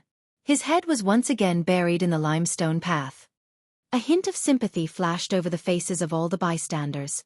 In their eyes, flower blossom tear cultivators were a revered existence as if they were gods, but a being like that was currently suffering so terribly now, having his head being repeatedly stepped on by another. Really, they didn't know what to say anymore. Fuck, Na Zhiyan shot out of the ground for the second time. But like before, he merely said one word when he was once again stomped back into the ground by Ling Han's foot. 3 times, 5 times, 10 times. By the 10th time, Na Zhiyan finally understood that he was completely no match for Ling Han. Thus, he decided to be more obedient. He not only didn't shoot back out of the ground, he did not make any more sound. He was acting like a complete ostrich, but what could you do about it? AI, for a flower blossom tier elite to do this kind of thing, what a humiliation. But all knew that the reason for that was because Ling Han was too powerful, and was completely superior to him in battle prowess. What else could Na Zhiyan do but submit? He had been trying to resolve things peacefully, but the other party was so damn violent. At first, Ling Han had a little girl attack him, then he himself attacked. How many times had he been thrashed by now? But in front of these two violent characters, how could he dare voice any objection? He quickly clapped a hand on the ground, expressing that he was willing to have a peace talk. Then talk nicely. Don't bury your head deep into the ground, or I will think that you have some complaint about me, oh, right? You don't have a complaint about me, do you? Na Zhiyan pulled his head out of the ground, shook his head quickly and exclaimed, I wouldn't dare. I wouldn't dare. Wouldn't dare or wouldn't? Ling Han asked, smiling. Wouldn't and wouldn't dare to either. Na Zhiyan finally became smarter this time round. Ling Han patted his shoulder then said, This is a very good start. I am very satisfied. You had better continue to let me feel satisfied. Otherwise, if I am dissatisfied, then you'll suffer. Understand, I understand. Na Zhiyan quickly nodded. Talk about your origins first. Ling Han was very curious. Na Zhiyan's martial arts inheritance seemed to be greatly different from the traditional Dao of this world. Na Zhiyan hesitated. Ling Han smiled faintly and said, Actually, I can also search your soul. Na Zhiyan's face instantly turned green. If his soul was searched, then his spirit would be completely destroyed, and he would be deader than dead. However, soul search was definitely not something that a flower blossom tear cultivator should be able to use.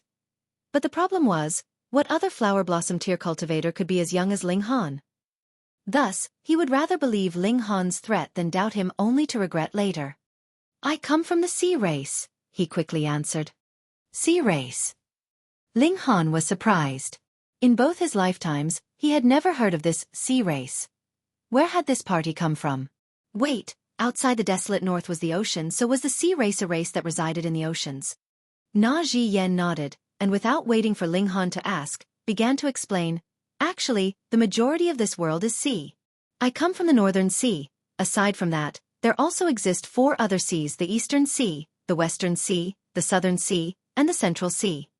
No wonder Na Zhiyan had said that where he came from, there were 100,000 flower blossom tear cultivators, and there were at least 10 to 20,000 people stronger than even the flower blossom tear.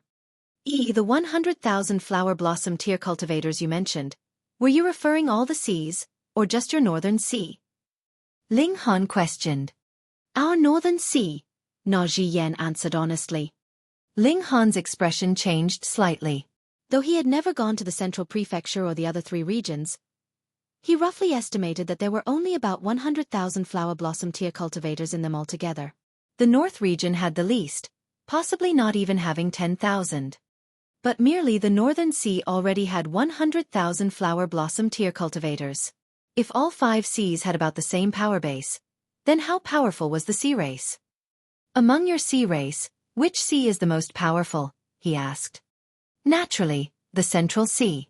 That is where our Sea Emperor resides, the place that all members of the sea race hope to reach.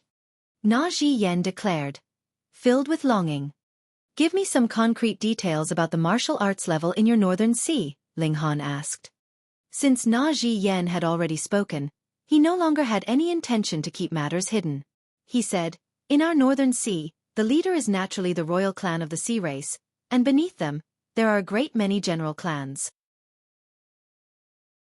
When he saw Ling Han shoot him a glare, he hurriedly added, general clans have at least powerful elites of the deity transformation tier, whereas the royal clan has at least heaven tier ultimate elites.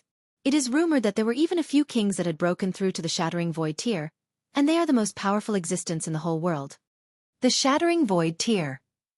Ling Han could not help but feel rueful. How important was it to be born in a good era? In his last life, there was a great shortage of spiritual qi in the whole world, and the environment for martial arts was terrible. Even monsters like the Sword Emperor could only be trapped in the heaven tier. And with his talent in alchemy, if he had been born in an era like the current one, he definitely could have broken through to the shattering void tier, or even become a true immortal simply with alchemy. The current him was absolutely not qualified to stand against an ultimate elite of the shattering void tier.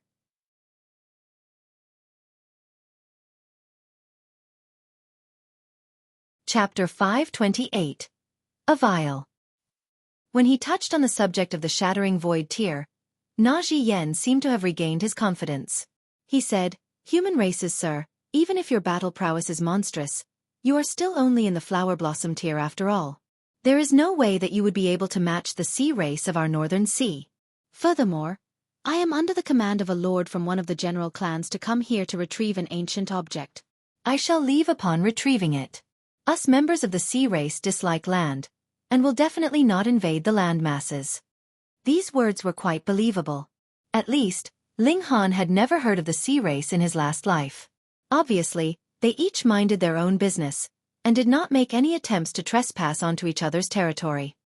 Ling Han laughed loudly, and said, has your brain been kicked by a donkey? In the territory of our human race, you still ask me not to meddle in the business of others? Na Zhiyan instantly felt cold. It was one thing how powerful the sea race was. The problem now was that he had fallen into Ling Han's hands, and whether he lived or died was completely at the latter's whim. He quickly said, I know my mistake. I know my mistake. What a humiliation. An elite of the flower blossom tier would actually act so humble. Though people could not hear what Ling Han and Na Zhiyan said, simply looking at the submissive servile display that Na Zhiyan was putting on, they were aware that he now wanted nothing more than to lick Ling Han's shoes. Disdainful. General clan, those that have heaven tier cultivators? Ling Han rubbed his chin, then asked curiously, since your sea race is so powerful, why did they send someone like you? Na Zhiyan was feeling very depressed. The martial arts level of this desolate north was not that high. Even someone like him should be strong enough to do as he liked. He said, I am one of the sea demon race, and am naturally proficient at bewitching. That lord from the general clan has no desire to create any great uproar, because that mineshaft is too strange. If there were many members of the sea race who died there, it may even attract the attention of the royal clan. Then what exactly is the object that you seek? Ling Han asked. Na Zhiyan hesitated slightly, then said, it is said to be a vial, but I am not very sure. What is it used for? I don't know either. All I know is that the Lord values it very much and has commanded me to do things quietly, but I must definitely obtain that vial. Is the way you do things considered quiet? Ling Han humphed, but when he thought about it, there was no communication between the seas and land. No matter how many people died on land, what relation did it have with the sea race? They would not care at all, so in this aspect, Na Zhiyan had really been doing things quietly. Sir. Na Zhiyan said pitifully. His battle prowess was definitely considered top tier in the desolate north, but among the sea race, he could only be barely considered a strong cultivator. Thus, he did not have that kind of powerful aura, nor did he have the unyielding personality of a true elite cultivator. In other words, he was soft. Ling Han gave it some thought, then said, "You stay here with me for a while." He knocked Na Zhiyan unconscious with a single palm strike, then withdrew him into the Black Tower. Because of this member of the sea race, who knew how many humans had died? Ling Han naturally would not let him go so easily. However, he still wanted to ask Na Zhiyan for some more information about the sea race, and thus had no plans to kill the latter as of this moment. Seeing a flower blossom tier cultivator so easily dealt with by Ling Han, everyone's hearts were filled with anxiety. If Ling Han wanted to kill them, that would merely be as easy as flipping his hand over. Flower blossom tier cultivators had transcended mortality, and were inconceivably powerful. Ling Han looked at Bo Wenlin, smiled and said, "Master Bo." "No, no." Bo Wenlin waved his hands quickly. If he was actually addressed by an elite cultivator of flower blossom tier cultivator as master, that was obviously like grilling him on top of an open fire. Ling Han said in displeasure, "Master Bo seems to like cutting off the words of others." Bo Wenlin really felt like dying. He simply did not want Ling Han to address him respectfully. What did he do wrong again? But when Ling Han said that, how could he dare to talk back? He merely shut his mouth obediently. "Come with me to see the Fire Emperor," Ling Han said, smiling. Bo Wenlin instantly hesitated. "It can't be that you're in the mood for some murder and want to kill even the Fire Emperor, right?" Didn't Master Bo say that you would follow me wherever I go?" "I remember very distinctly those were your exact words," Ling Han said, smiling. "The thing I hate most is those who go back on their words. Do you want me to hate you?" Hu Niu bared her teeth, killing intent soaring. Whomever Ling Han hated, she was very willing to use her little fists to smash him into pieces. With two flower blossom tier cultivators staring at him, what else could Bo Wenlin say? He could only say, "I am willing to go with you, sir." Ling Han smiled then said, "Let's go then." After the three of them left, the others finally gasped in relief. All of them could feel a layer of cold sweat on their backs. The pressure exuded by flower blossom tier cultivators was really too terrifying. Such beings were on a completely different level from them. That powerful cultivator seems to be deliberately picking on Bo Wenlin. How did Old Nine of the Bo clan offend him? That can't be, right? If he really committed an offense, that elite cultivator needs only a finger to squish him to mush. I know, Bo Wenlin's son had previously made a move against that elite cultivator, yet was killed in the process. Old Nine of the Bo clan would naturally not let things slide, so he ran over to hunt down the elite cultivator, which is what led to the events after. I see. Looks like we all have to discipline the juniors in our own clans, so that they won't inexplicably offend a powerful cultivator. That could really lead to death and ruin for the whole clan. That's right. They all sighed ruefully, and Ling Han had succeeded in his scheme. He was not simply torturing Bo Wenlin for fun, but was also using him to set an example so that these great clans that were used to being arrogant and condescending reflected on themselves and their own actions. In the wider world, there would always be someone stronger and more talented than themselves, so they should not be too arrogant in their ways. Getting back to the subject, Ling Han and the others were heading towards the Imperial Palace. They did not walk too fast, so by the time they arrived at the Imperial Palace, the entire Imperial Palace had entered into a state of emergency. There was a terrifying array already activated, as if they were prepared to face some great enemy. "Halt!" someone yelled loudly. "This is an important place of fire country, and it is forbidden for outsiders to enter." Ling Han smiled faintly and said, "I have something to say to the Fire Emperor. Tell him to come out, and we can all speak peacefully. Don't make me resort to force. In truth, I am one who dislikes using force and violence very much." The corner of Bo Wenlin's mouth twitched involuntarily, and he secretly mocked in his heart. Then who was that guy whose motto was, to use violence to enforce submission? "Leave immediately." Another voice transmitted from the Imperial Palace. Now, everyone was well aware of how powerful Ling Han was. Who would dare shut down the protective array? Without the defenses provided by the array technique, How could they be able to stop an elite flower blossom tier cultivator? Even if that old emperor of Fire Country came, there was still a chance he might not be able to protect all of them. Ling Han clapped a hand onto Bo Wenlin's shoulder, smiled, and said, "Do you all recognize this person? I will give you the time for 10 breaths, and if I still do not see the Rain Emperor by then, I will kill this guy." Bo Wenlin instantly shivered. How could the Fire Emperor possibly risk his life and appear for his sake? He was definitely going to die. Ling Han laughed loudly and said, "I am only joking around with them." Bo Wenlin sighed in relief, thinking, "I am really going to be broken from being played around by this guy." "I will only cripple your 4 limbs, Ling Han continued. "Ah!" Bo Wenlin was again scared, and could not help but shudder again. "AI, you really don't know how to appreciate jokes. Forget it, I won't tease you anymore. It would be better if I just went straight ahead to break through the array technique and met the Fire Emperor directly." Ling Han looked ahead, activating the Eye of Truth. He began to observe this array technique in search for any weak points. By now, he was at least a 5th-tier array technique master. It was not possible for him to lay out a 6th-tier array technique now, but if it was merely to unravel one, it would be a piece of cake. After all, there was no one disturbing him now, so he could proceed with a calm and serene mindset.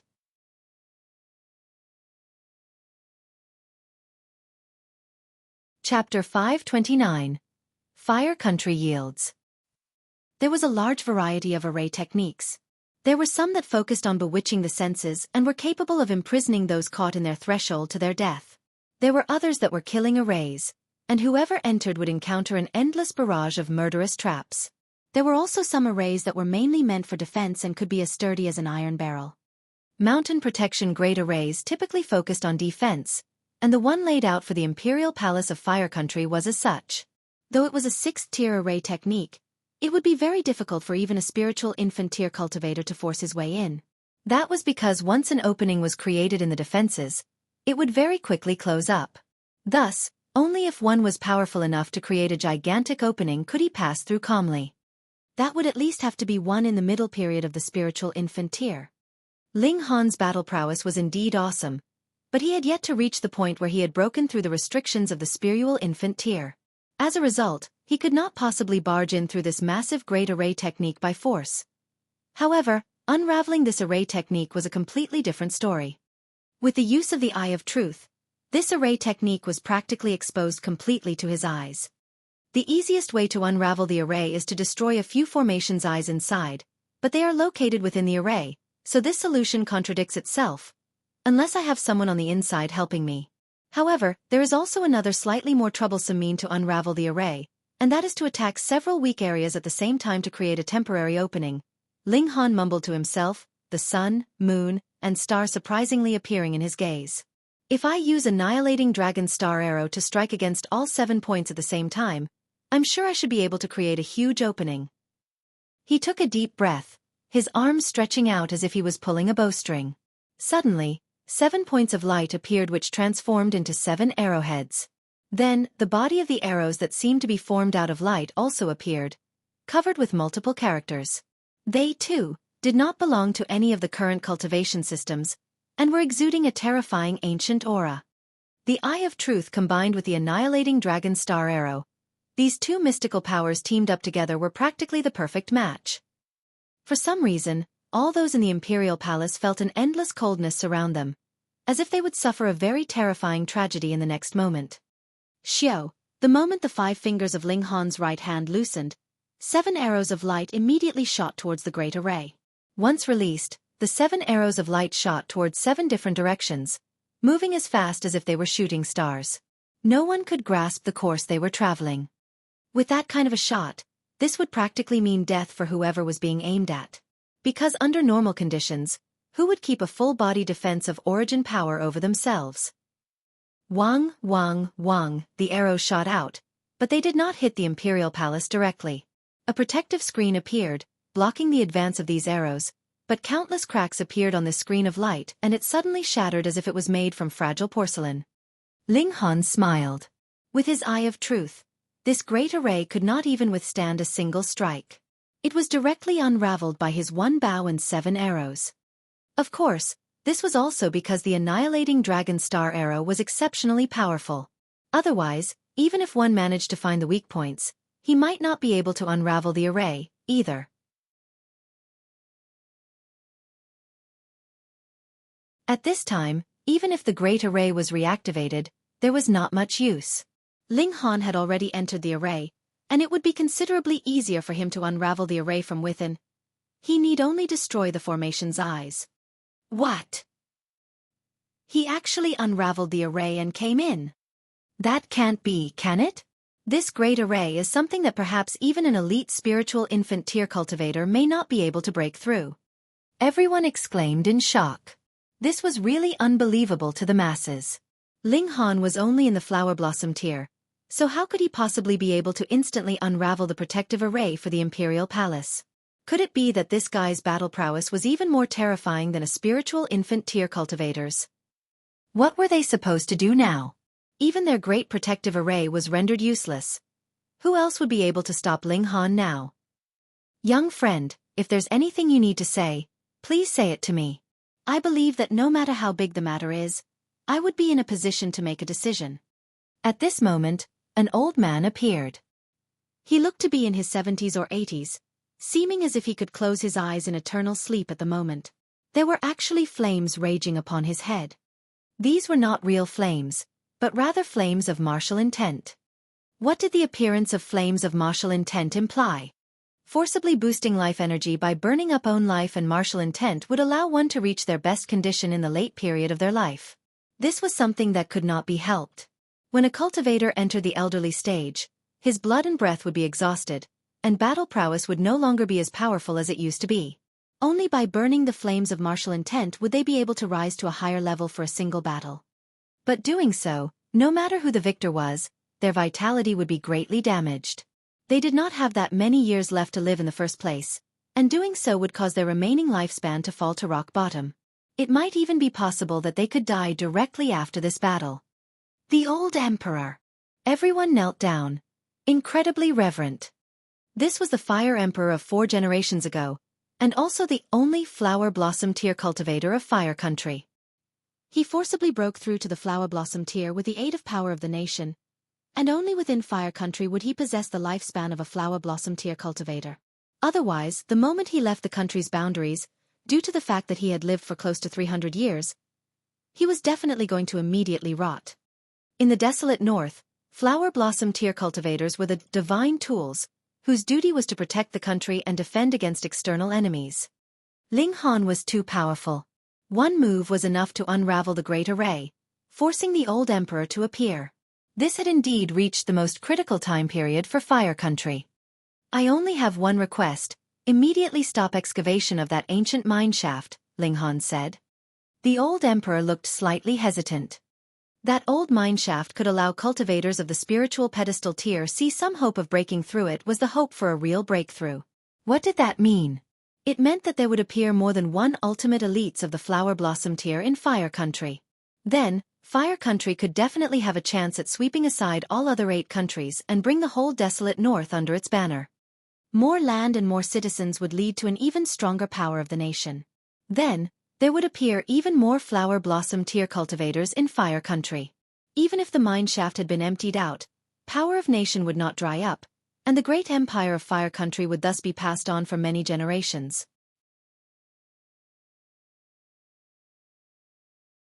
Every flash of sword chi was covered with simple, ancient characters. They were the bone marks he had obtained from the old mongoose, and could compound one's attack. They could practically be considered a mystical power on their own. His slash shot out at the skies, and a terrifying scene appeared. It was as if even the sky itself had cracked, and there actually appeared a black, empty void. Too terrifying, the power behind this slash was so strong it was unfathomable. Everyone could not help but shiver in fear. That was 19 flashes of sword chi. Was this guy really human? 10 flashes of chi would be considered to be a ruler at the very apex. So what kind of concept was 19 flashes? In the flower blossom tier, he was definitely invincible. This time, the old emperor had completely abandoned any naive ideas of falsely agreeing to Ling Han's request, letting time drag on when 8 or 10 flower blossom tear cultivators appeared out of Fire Country. He'd stand against Ling Han then. But now, he realized that even if there were 80 or 100 flower blossom tear cultivators, they would only be delivering themselves up to die. What more 8 or 10 of them? I would not dare. He made sure his attitude and tone was most humble. Ling Han nodded, turned, and left. He wanted to properly interrogate that Na Ji Yen.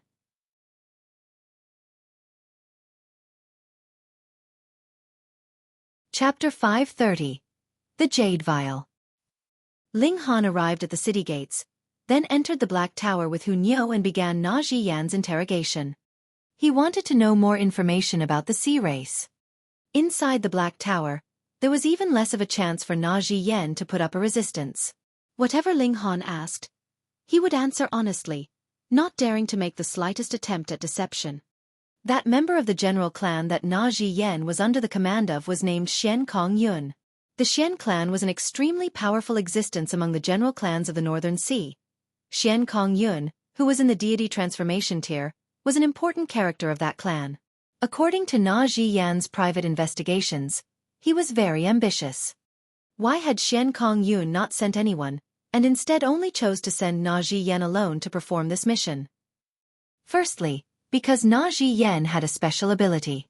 Sea demons were born exceptionally proficient at bewitchment, and could send their enemies as soldiers back without even a fight. They might even be able to confound someone so much that their victim was not even aware he was being bewitched.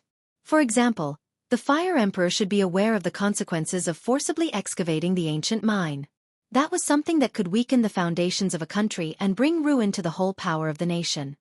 Yet he still chose to obstinately cling to his course, fantasizing about the wonderful future he had as a flower blossom tear cultivator. One reason for that was indeed the great temptation the mine shaft held, and another was greatly due to Na Ji Yan's bewitchment. Secondly, because Xian Kong Yun obviously did not want to alert any others, not even the own clansmen, about the ancient mine shaft and the mysterious vial. He must have read about it in some ancient classical book, and wanted to claim sole possession of it. This was something that could be confirmed based on the fact that he had only sent Na Ji Yen. Only one person. It would be extremely easy to kill him to keep him from talking. Ling Han's curiosity was spiked even further. A treasure that could make an elite cultivator in the deity transformation tier make such painstaking efforts just to attain it definitely had to be of incredible value. It was certain that that vial was definitely the cursed tool that Small Tower had mentioned, but what exactly was it used for? It was simple. He only had to dig it out. Ling Han had an extremely tough natal horoscope, and added with the presence of the Black Tower, there was absolutely no need for him to worry about being cursed. He could really go wherever and do whatever he liked in the ancient mine. Additionally, he also had one other thing to do, and that was to bring the miners into the Black Tower so that he could clean the effects of the curse on them. He arrived at the old mine shaft. At this moment, the Imperial Guards had already rushed over, bringing with them the Imperial decree of the Fire Emperor. They would soon close up the old mine, and would obey Ling Han's commands. Ling Han had all the miners gather at the upper level. Then, he activated the aura of the Flower Blossom tier to knock all of them unconscious before he took them into the Black Tower. He then left the old mine and threw them all out. As for the question when they would regain consciousness, or what reaction they would have, Ling Han couldn't care less. Young Master Han, you really can't stand against Master Kong Yun. Na Ji Yen was practically ready to begin bawling. I have to make a progress report to Master Kong Yun every 10 days, and tomorrow is the scheduled day for my report. Master Kong Yun is already very displeased with the current progression rate. If things continue to be delayed, it can't be guaranteed that Master Kong Yun would not come personally. By then, we'll all be in big trouble. That was an elite deity transformation tier cultivator. With a mere thought, he could crush a spiritual infant tier cultivator to death. No matter how monstrous Ling Han was, there was no way he would be able to fight back against such an existence. So soon. Ling Han frowned. If an elite deity transformation tier cultivator really came, what was he supposed to do to resist? After so many days, the two corpses of divine beings had already lost too much immortal level pressure. By now, they most probably would only be capable of suppressing a flower blossom tier cultivator, and that was practically useless for him. Did he still need help in standing against a flower blossom tier cultivator? Young Master Han, for the sake of our lives, please don't interfere in this matter. You are not capable of interfering either, Na Yen advised. Furthermore, he suspected that the vial, which even a deity transformation tier cultivator like Si Kong Yun placed so much importance on, had to have effects even superior to the level of deity transformation tier. If so, it definitely had to be incredibly awesome. If the news about the vial was leaked, perhaps even the royal clan would make a move on it. Ling Han shook his head. There was no way he could allow excavation of this old mine to continue, but he could not ignore the threat that a deity transformation tier cultivator could pose, either. So why not do it this way? He would obtain that cursed tool and have that deity transformation tier cultivator hunt him down instead. Anyways, he was planning to head to the central prefecture. There was a natural barrier separating the various zones, and if a deity transformation tier cultivator headed that way, his power would be seriously weakened. Furthermore, deity transformation tier cultivators could really not be considered particularly powerful there. Decided then. Ling Han had been planning to dig out that cursed tool in the first place, so naturally, it was now an even more urgent matter on his agenda. He returned to the old mine and journeyed deep within, beginning his search with Hu Niu by his side. The old mine was a very special place. The aura of the cursed tool soared within like wisps of blood, preventing divine sense from spreading out. This caused Ling Han to have no way to investigate objects that were too far a distance away from him. But because he knew that the vial could possibly be the source of this cursed qi, Ling Han knew what he had to do, and that was to head to the area where the cursed qi was strongest. When he found it, he then had to begin digging. On the matter of digging, he definitely was more efficient than 10,000 miners put together. What kind of power did the flower blossom tier possess? Be it stone or dirt, they would be easily pierced through. Furthermore, there was no need for him to expend unnecessary effort to move out the dirt he had dug out, either, since he could simply toss it all into the Black Tower. The space inside was overwhelmingly huge. Who knew how many mountain ranges or oceans he could store inside? His efficiency rate was thus incredibly high, of course. After merely less than half a day's time, the aura soaring up from the ground was as crimson as blood, and upon contact, his skin would immediately turn blood red in color. A powerful urge to commit violence and bloodshed would rise up in his heart, with a desire to kill all living creatures. This effect was very big, and in a short while, both Ling Han and Hu Niu felt incredible pressure. They hurriedly entered into the Black Tower to take a break. This is not the power of the curse. Rather, it is possible that the ultimate cultivator who had died here had a violent nature. As time passed, it continued to affect the area here, Small Tower said. Ling Han frowned and said, "What you mean is, that this place not only contains a cursed tool, there could also possibly be the body of an ultimate cultivator buried here. Mayhap that person was killed by that cursed tool," Small Tower deduced. After staying inside the Black Tower for a long time, the violent urge in their bodies finally vanished, and the two once again left the Black Tower and continued digging. Hu Niu was naturally a good hand at it since her little claws were extremely sharp. What a powerful resentment! After digging for over a dozen minutes, Ling Han got a sudden shock and felt as if something had entered into his body. It was a strange feeling, and made him feel threatened for some reason. Was this the power of the curse? It would not immediately take one's life, but would have imperceptible influence, and finally cause one to die suddenly. Vile! Hu Niu exclaimed, pointing at the ground. Ling Han nodded. The opening of a vial was exposed there, so he hurriedly continued to dig. Soon enough, the whole vial was out in the open. It was only about a foot tall and very slender. It was made out of jade. Even if it had been buried underground for many years, it was not the slightest bit damaged. There was a large number of designs on the body of the vial. It should be some kind of martial intent that was related to curses. He wanted to pick up the jade vial, but when he tried, he actually found out that he was not able to pick it up. Was it rooted to the ground? He increased the force he was exerting, and the jade vial was finally picked up.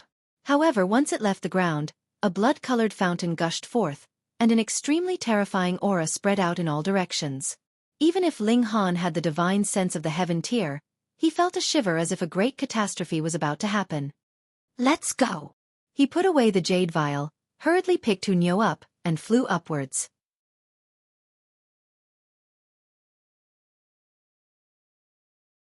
Chapter 531. Variants. Hong, the blood-colored fountain was getting increasingly fiercer. At first, it was merely about as wide as an arm, but soon grew to be as wide as an adult man, and eventually as tall as a well. Finally, it became like a natural geyser, waves of blood soaring to the skies as if it meant to flood the whole world. Ling Han flew upwards all the way. Underneath him was the quickly rising water level. It was practically hot on his heels. Z, with its terrifying erosive properties, his shoes began to corrode, followed by his socks. The soles of his feet also became extraordinarily itchy as layer after layer of skin peeled off, as if even his blood and flesh was going to be melted, with only his skeleton left behind. This was really too scary. Merely a little steam evaporated from the liquid had this level of erosive properties. Then if he was really swallowed up by the wave of blood, could he still survive? One had to know that he was one who was cultivating the indestructible heaven scroll, and his physical body was on par with precious metals of the same level. If it was any other flower blossom tier cultivator in his place, he'd probably be melted down into a puddle of bloody water now. Ling Han quickly drew Hu Niu into the Black Tower, and continued to fly upwards with all his might. Could it be that the ground was actually a huge array, and the jade vial was the formation's eye its heart? Now that he had extracted the formation's eye, the huge array stopped functioning, and whatever was being suppressed inside immediately appeared. Then hadn't he caused a huge problem? Thankfully, everyone who was here had evacuated. Otherwise, the miners who had been here would have been swallowed up by this ocean of blood. Pang, Ling Han flew up to the skies, and soon reached a spot right above the old mine. The pillar of blood soared to the skies and reached at least 100 feet in height before it began to fall back down. Great amounts of bloody water surged forth, and the whole ancient mine had become a lake in a mere instant. As far as the eye could see, it was a stretch of blood red. Ling Han stood on the banks of the lake, and held his breath. There was a strong smell of iron coming from this bloody water, as if a great massacre had just occurred. The smell was particularly strong, making even him feel as if he was about to transform into a great monster that wanted to slaughter all in this world. Was this really blood? If it was, then how many people would have to die to create such an overwhelming amount? Ling Han could not help but feel his hair stand on ends. He was very clear how colossal the old mine was, but he had absolutely no estimate of the size of the space sealed beneath the jade vial. But to fill up merely the whole space inside the old mine, perhaps the blood of even 10 million might not be enough. You guessed wrongly. At most, there is only the blood of about a dozen people, Small Tower piped up. How could that be? Ling Han immediately exclaimed in shock. If the amount here was only the blood of about a dozen people, then how big would these people have to be? The size of a mountain. The higher the ability of a cultivator, the more blood they possess. A little blood would be enough to form a sea by itself. What is there to be so shocked about? Small Tower countered. The blood here originates from over a dozen different sources, so at most, it must have come from over a dozen people. Ling Han was just about to speak when he paused. He saw a flash of white light appear in the lake of blood, which was soon followed by the appearance of a white-colored corpse floating on the waters, causing ripples to appear on the surface. It was a man, and when he had been alive, he had definitely been extremely handsome. At this moment, he was dressed entirely in white, with a wound on his chest that had caused his heart to explode directly in his chest. Another corpse appeared. This one was a bald man who wore clay-yellow clothing. There were actually 9 dots marked on his head, and he wore a string of beads on his chest. His attire was extremely strange. He, too, had a hole in his chest, which showed that his heart had burst directly from the wound. Is this the so-called ancient monk? Ling Han had heard of how the ancient monks dressed. They gave up meat and fish and forbade killing of any sort. They were bound by strict monastic commandments. The third corpse appeared. This one was a girl of unsurpassed beauty. She wore a long red skirt, which merged with the bloody water. It was not possible to distinguish where the skirt ended and the bloody water began. She did not die from having her heart crushed, but there was a bloody hole on her jade-like forehead, which had caused her lamentable death. This was really a captivating beauty. Anyone who saw her would feel the urge to sigh in pity at her death. She was soon followed by the fourth corpse. Ling Han took count. There was a total of 12 corpses. They seemed to have been suppressed underground before, And now, they were all released in one go. Ling Han was extremely clear how terrifying the erosive abilities this bloody water had. However, though these corpses had been buried for a few centuries, or even a few millennia, they had not rotted at all. Then, how powerful had these people been when they were still alive? Could heaven-tier cultivators be this strong? Ling Han was unsure. He now only possessed a sliver of the heaven-tier divine sense, and could only make a rough deduction about those who might have been on the same cultivation level as he had once been. He was not able to obtain a definite answer. Perhaps, these people might possibly even have been in the shattering void tier. The problem was, although these people had all died from fatal blows to varying critical points, they shared a common feature, and that was that they had all been struck fatally by fists. They had their heart crushed or head pierced through by a punch as if they were facing an unsurpassed god, their only destiny to die in an instant. The blood of these 12 ultimate elites combined to form this lake of blood. What? A shocked expression appeared on Ling Han's face. There actually emerged a silver-colored spider the size of a mountain on the surface of the lake.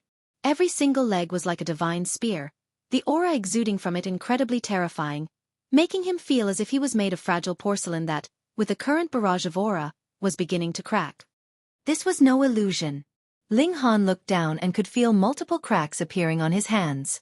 At this moment, beads of blood emerged from these cracks, and there were more and more appearing. They formed a straight line and dripped downwards without end. Too terrifying. He was merely standing here at such a big distance, and it was enough to make him feel like he was about to collapse. Heaven-tier cultivators could not reach this level of power, and this world only allowed power up to shattering void tier level. Thus, this silver spider definitely had to be of the shattering void tier level. This giant silver spider merely glanced at Ling Han yet did not have any expression at all. It behaved high and mighty, as if it was an invincible creature. It did indeed have no need to look at Ling Han in contempt, because both parties were not on the same level at all. Just like how Ling Han would look at a common man, did he need to treat the other with contempt to reflect his superior might. It was merely a sweeping glance, and Ling Han felt as if his body was about to be crushed. His spirit similarly felt like it was about to burst. Perhaps Ling Han had to return to the heaven tier to be able to stand strong against this kind of aura, and that was merely the aura. Hong. It was at this moment a gigantic whirlpool appeared in the lake of blood. The waters immediately began to sink, and the speed was gradually increasing.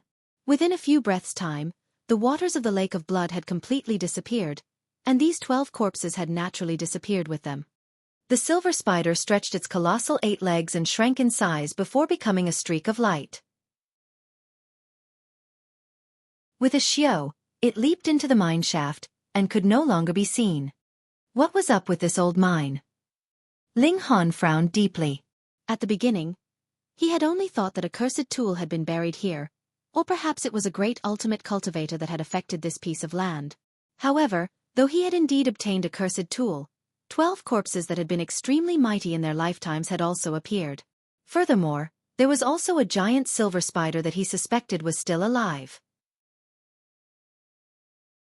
He couldn't even be sure if that was a false image from eons ago or a real creature. With power to that extent, he naturally had no way to get near it, and thus of course no way to study it closely.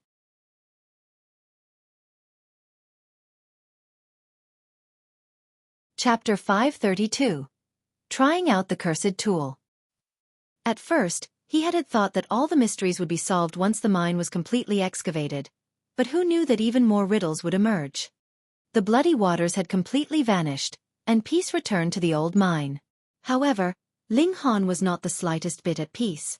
He sensed that there were still great many secrets hidden in this world. In his last life, he had indeed explored numerous ancient sites, but in terms of level, this time could be considered number 2. The first on the list was naturally when he encountered the Black Tower, which had crushed him directly. Moreover, Small Tower would frequently act Sundara and say that it could destroy this entire world with a single move. Ling Han entered into the Black Tower. Since he was not able to figure things out for the moment, he'd first deal with that vial. Small Tower, what is this thing? He asked. A cursed tool, Small Tower said calmly, appearing out of nowhere. This tool spirit had always been very Sundara. Whatever it saw, it would think it was inferior to itself by uncountable levels. What made Ling Han feel even more depressed was that was indeed the fact. so he didn't even have the chance to crack down on Small Tower. How do I use it? Ling Han felt no shame in continuing his questions. Small Tower said, if you want to curse someone, then take something from his body, like hair or a fingernail. Then, place it in the vial. Do you see the designs on the body of the vial? Those represent the effects of the curse. For example, illness, berserk, madness, death, misfortune. Whatever curse you want to lay, activate the corresponding designs. Blood, flesh, hair, and skin have close relations with the main body, and would be able to have effect even if there was a distance of 10,000 miles. Ling Han was surprised. He had initially thought that these designs were martial intent, but had not thought that they actually symbolized the button to curse someone. He thought for a moment and could not help but be astonished, asking, then if that's the case, someone would only need to take my hair, fingernail, or blood that I had just shed and would be able to lay a curse on me? Naturally. Small Tower nodded. Therefore, please be as cautious as possible. However, curses vary from person to person. The stronger your ability, and the tougher your natal horoscope, the higher level the cursed tool or the curse master needs to be to successfully lay a curse on you. Ling Han nodded. From now onwards he would take care. Who knew if he would be secretly targeted by some curse master one day? Would this curse tool be able to take effect on a deity transformation tier cultivator? A thought flashed in his head. If it was not able to even do so much, then what did Shen Kong Mind want this thing for? Perhaps even Heaven tier or Shattering Void tier cultivators would be affected. This cursed tool had been suppressing 12 extremely terrifying ancient corpses.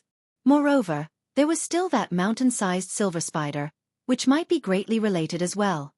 We'll do an experiment first. Ling Han summoned Na Ji Yen over and said, pluck out a hair for me. Young Master Han, may I know what you need my hair for? Na Ji Yen asked in bafflement as he handed him the hair. How could Na Ji Yen possibly dare resist? It was only a single hair. It wasn't that he had to sell off his S. Ling Han smiled and tossed the hair into the vial. Then he shook the jade vial and asked, do you find this familiar? Familiar. Na Ji Yen was confused. It was only a vial. Could it be that Ling Han had taken it from his residence? But he did not have the slightest bit of memory about it. Ling Han patted his shoulder and said, I advise you to have some mental preparation. He pressed a finger down onto a design, and inserted a small amount of origin power as per what Small Tower said. Immediately, this design was activated. Wang, it was as if it was brought to life, and a flower actually grew out from the vial. Young Master Han, is this a magic trick? Na Ji Yen could not help but ask. It couldn't be anything but that, right? He simply took a strand of hair from him and tossed it into the vial, and as a result, a flower actually bloomed out. What else could it be but a magic trick? But in that case, should he clap his hands to please Ling Han? Ayo! The corner of his mouth twitched slightly. Why do I feel a bit of a stomachache? This was really inconceivable. Flower blossom tier cultivators had transcended mortality and could not possibly fall ill, unless they were poisoned. But he did not think that he had eaten anything odd, so how could it be possible that he had been poisoned? Young Master Han. However, his stomachache was getting increasingly fiercer, and instantly, it was like a deluge of pain was coming from his stomach, causing him to twist his legs together. Please allow me to take my leave. I need to relieve myself and I will come pay my respects later. It had taken effect so quickly. Ling Han remembered what Small Tower had said. How fast the effects of the curse would appear completely depended on the level of the curse tool as well as the cultivation of the one laying the curse and the difference between the cursors and the cursed person's natal horoscope. The greater the difference, the faster the effects would appear, and vice versa. If, on the other hand, the cursed person's natal horoscope was tougher than that of the person laying the curse, it would not be possible for the curse to be successful. This was really a good item to use in a sneak attack. Ling Han laughed and halted the inflow of origin power. The design that had lit up on the vial immediately dimmed, and that flower vanished as well. My stomach doesn't hurt anymore? Na Ji Yen asked confusedly. This was really incomprehensible. The abdominal pain had come so suddenly, and vanished in a similarly sudden manner as well. If this had happened to an ordinary person, it could perhaps be believed, but it could not possibly happen to one who was in the flower blossom tier. He looked at Ling Han in shock and exclaimed, "Young Master Han, is this something that you did?" Ling Han smiled calmly and said, "Experience it one more time." He activated yet another design. "Young Master Han, what do you want to do to me?" Na Ziyan's face had turned green in shock. What damnable thing was this? In merely an instant, his face was as pale as dying embers, and he laid his forehead on the ground.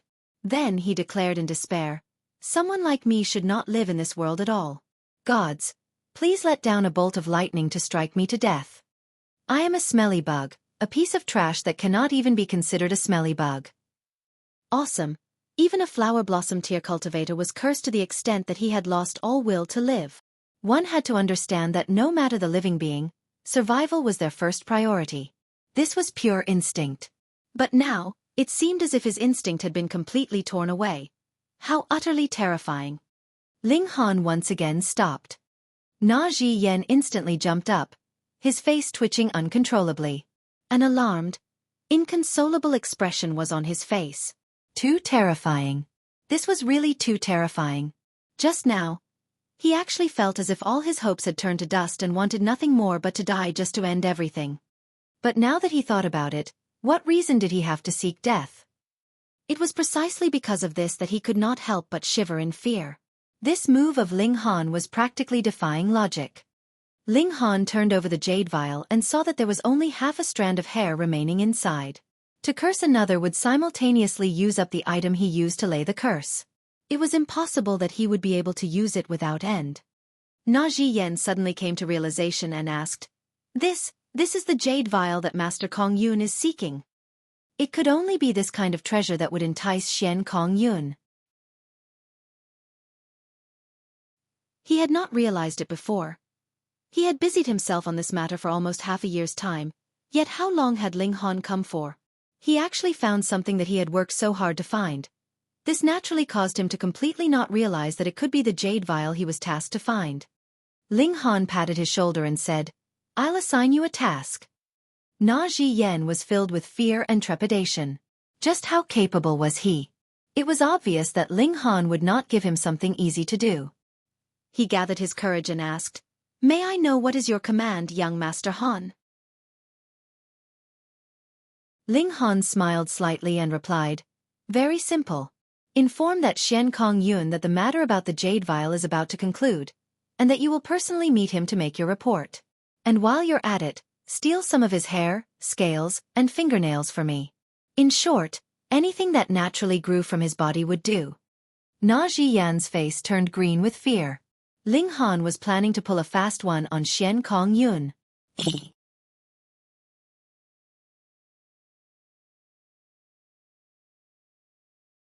Chapter 533.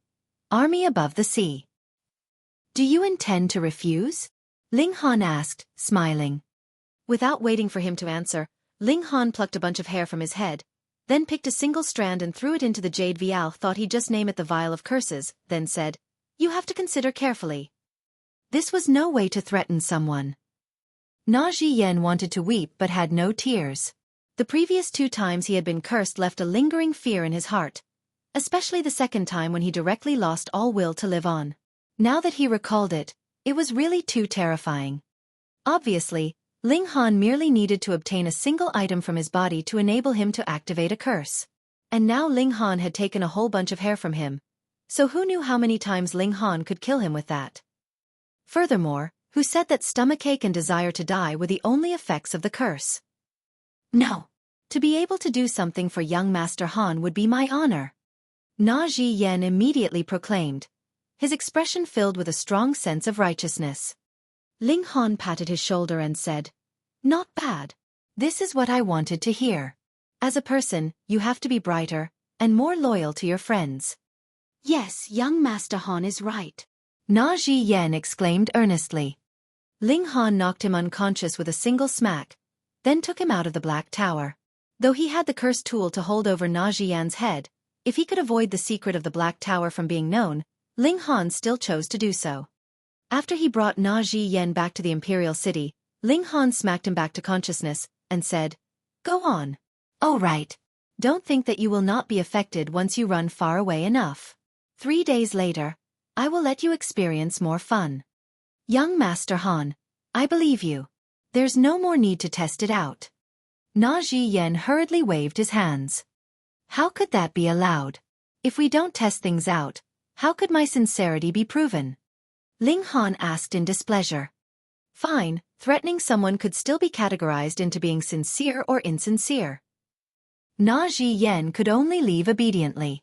He definitely had to complete this task. Only that way would he get a chance of survival if Xian Kongyun died. Then naturally no one would know what he had done. Curse someone to death? Haha, who would believe that something like that was possible?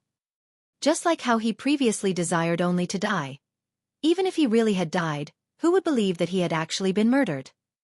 However, he did indeed have some doubt. From a great distance away, would that thing still really be able to curse him? He definitely had to confirm this fact. Otherwise, when he successfully conned Xian Kongyun yet the latter was not cursed to death, Na Zhiyan was still definitely going to die.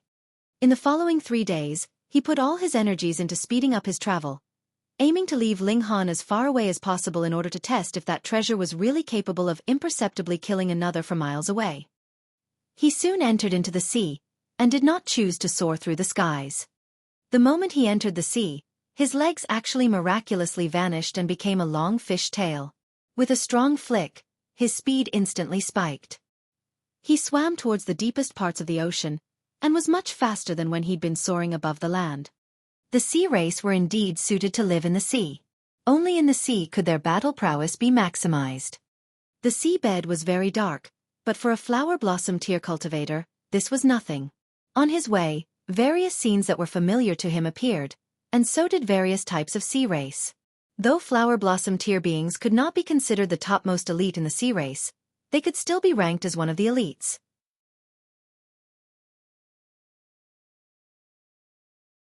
Master Na suddenly flopped onto the seabed head first, and with bubbles gurgling from his mouth said, "I am a smelly bug, just let me die."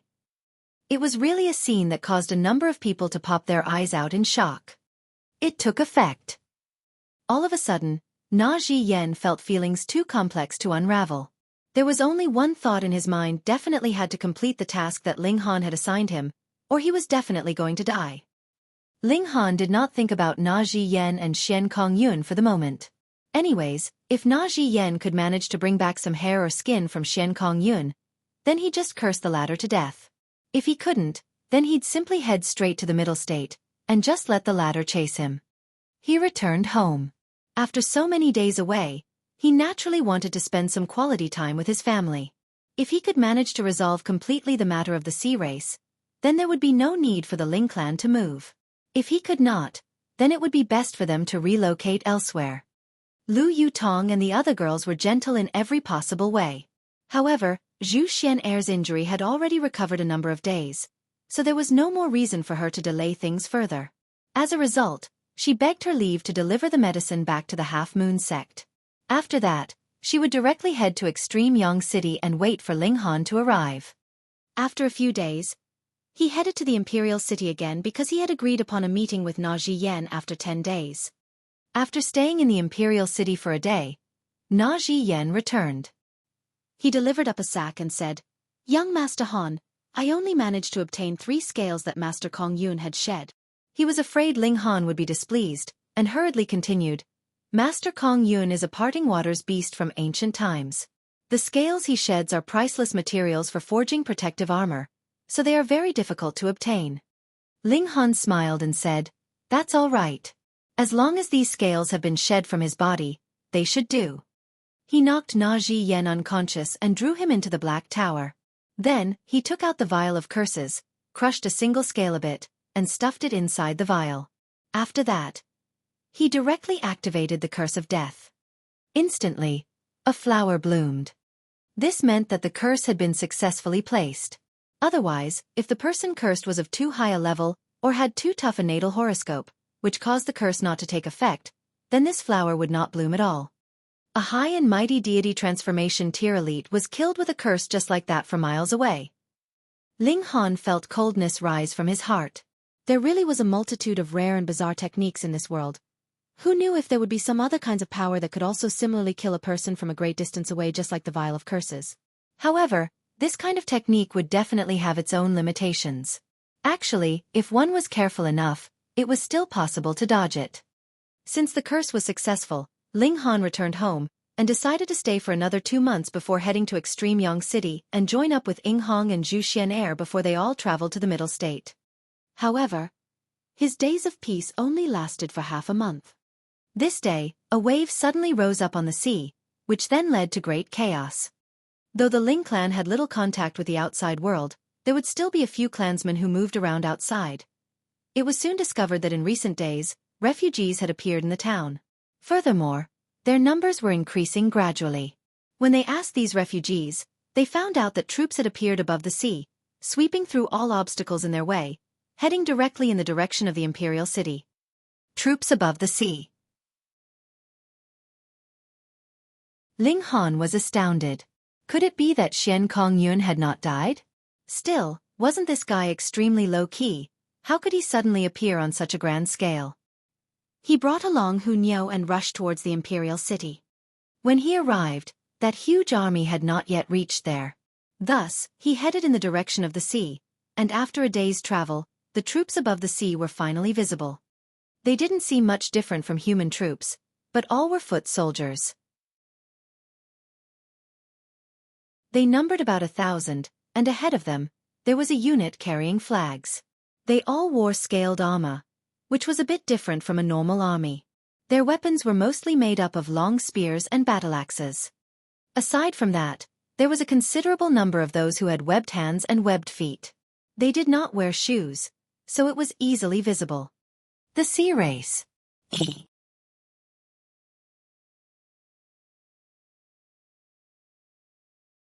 Chapter 534. Princess of the Sea Race. The army only numbered slightly over 1,000, but the minimum level of the soldiers was in the spiritual pedestal tier.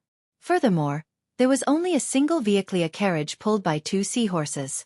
Ancient patterns decorated the walls of the carriage, and there were also a great many holes that had been created from being pierced by weapons. However, they did not affect the grandeur of this carriage, but rather made it look even more aged and majestic. When Ling Han's eyes turned in that direction, his mind suddenly blanked out. He could only see a gigantic hand appear out of thin air which aimed to grab him. This humongous hand was really too terrifying. It was as if even if the sky itself collapsed, this colossal hand would be able to support it with a mere lift. But upon close examination, this was actually a female's hand, the skin as smooth and fair as snow, close to perfection. Too powerful. Ling Han did not have a second thought. He directly took Hu Niu and ducked into the Black Tower, his heart throbbing wildly. Though it was only a single instant, that had been the most dangerous instant he had experienced in this lifetime. If he had been the slightest bit slower, he would definitely have been grabbed by that gigantic hand, and would definitely not have a chance of entering into the Black Tower. A high-level heaven tier, or perhaps even shattering void tier. Ling Han shook his head. He was not able to deduce that person's true power at all. He merely had a sliver of divine sense left over from the heaven tier. Perhaps he could still see through the cultivation level of a normal heaven tier cultivator, but in the case of a high-level heaven tier cultivator, they would be a complete mystery even to him. Moreover, there were actually shattering void tier cultivators amongst the sea race. However, he could confirm one fact, and that was that the elite cultivator inside the carriage could not possibly be Xian Kongyun, was merely in the deity transformation tier. An exclamation of surprise arose from within the carriage. "Mistress, is there something wrong?" A warrior from the sea race immediately asked. "There's a very interesting troublemaker," the person inside the carriage replied. Her voice was seductive, as if it possessed an endless entrancing ability.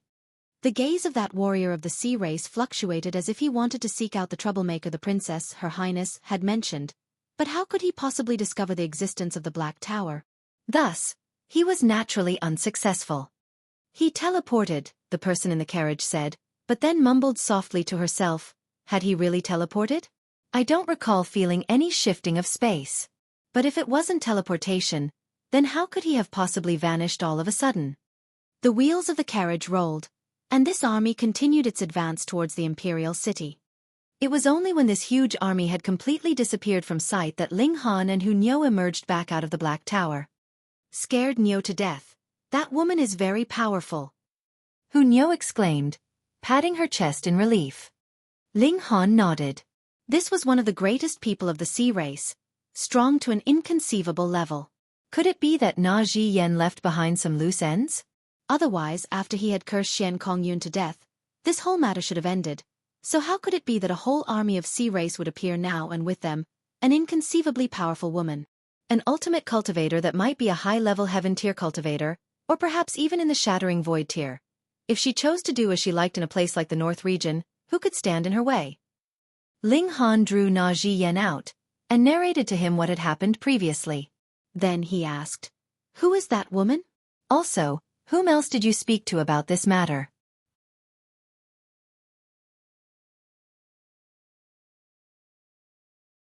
Apparently the heaven tier. Na Zhiyan gave it some thought, then said with a note of certainty, "She should be in the heaven tier. The seventh princess is the most prodigious genius of the Hellion royal clan, but has not yet advanced into the shattering void tier." Ling Han had heard him talk about it before. There was a total of 3 great royal clans in the Northern Sea. They were Hellion, Xianyu, and Wenren. All 3 had an ultimate cultivator of the shattering void tier in their ranks, and they were equivalent to a great sect from the middle state in terms of power. Even if Hellion Sun Shui was not in the shattering void tier and was only in the heaven tier, she would be more than adequate to sweep aside all resistance in the North region. Furthermore, Ling Han felt that she was far stronger than he had been in his last life. As for the question of whether she was on par with the Sword Emperor and the others, this was not so easily gauged. That was because he had not even seen her face to face. From the look of things, she should have come for the vial of curses. Otherwise, she would not have appeared so coincidentally at this moment. But since Na Zhiyan did not leak the secret, how had she known about it? Could it be that Xian Kongyun leaked the information to her just before his death? Ling Han thought for a moment, then once again knocked Na Zhiyan out and threw him back into the Black Tower. Then he, too, headed towards the Imperial City. Taking a different route, he surpassed the army of sea race, and arrived in the Imperial City ahead of them. Honestly speaking, this army was not really advancing very quickly. However, no matter how slow they were, another 2 days later, the sea race had still arrived outside the Imperial City. Everyone in Fire Country felt like they were facing a great calamity. Upon the city walls, every soldier had a sword in hand or an arrow mounted on their bow, and war seemed about to begin at any moment. However, in front of an army where the lowest level was the spiritual pedestal tier, any resistance seemed futile. This shouldn't really be considered as an army, but rather Hellion Sun Shui's private guard. After all, their numbers amounted to too few to be considered an army. "I don't care who obtained that item. Hand it over immediately. Otherwise, 3 days later, I will incite a great tsunami wave and flood the whole of the desolate north." From within the carriage, Hellion Sun Shui's melodious yet cold voice could be heard. She released a sliver of her aura, and instantly, even the skies changed color. Pa pa pa pa. All dropped their weapons, and aside from those who were in the ranks of rulers for martial arts, were forced to their knees. Everyone was in a state of extreme shock. The battle had not even begun, and things were already like this. The enemy was so strong one could only shiver at their might. What were they to do? They had absolutely no idea what item she was talking about, so how were they supposed to hand it over? When they thought about it, they were really having a bout of extreme bad luck. Just some days ago, someone charged into the Imperial Palace and forced them to agree to an unjust treaty which was a great humiliation to them. And now, someone else charged into the Imperial City and threatened them. Yet they could not show the slightest bit of their infuriation. Though the woman inside the carriage had not even shown her face, no one dared to doubt her words. She merely released a bit of her aura, and it was enough to have everyone know that she was definitely not joking. She had that kind of power and at the same time would really do as she had said. Ling Han frowned. Now, he could absolutely confirm that the item she wanted was the Vial of Curses. After slight hesitation, he had Hu Niu enter into the Black Tower first, then ascended up the city walls. "My lord! My lord! My lord!"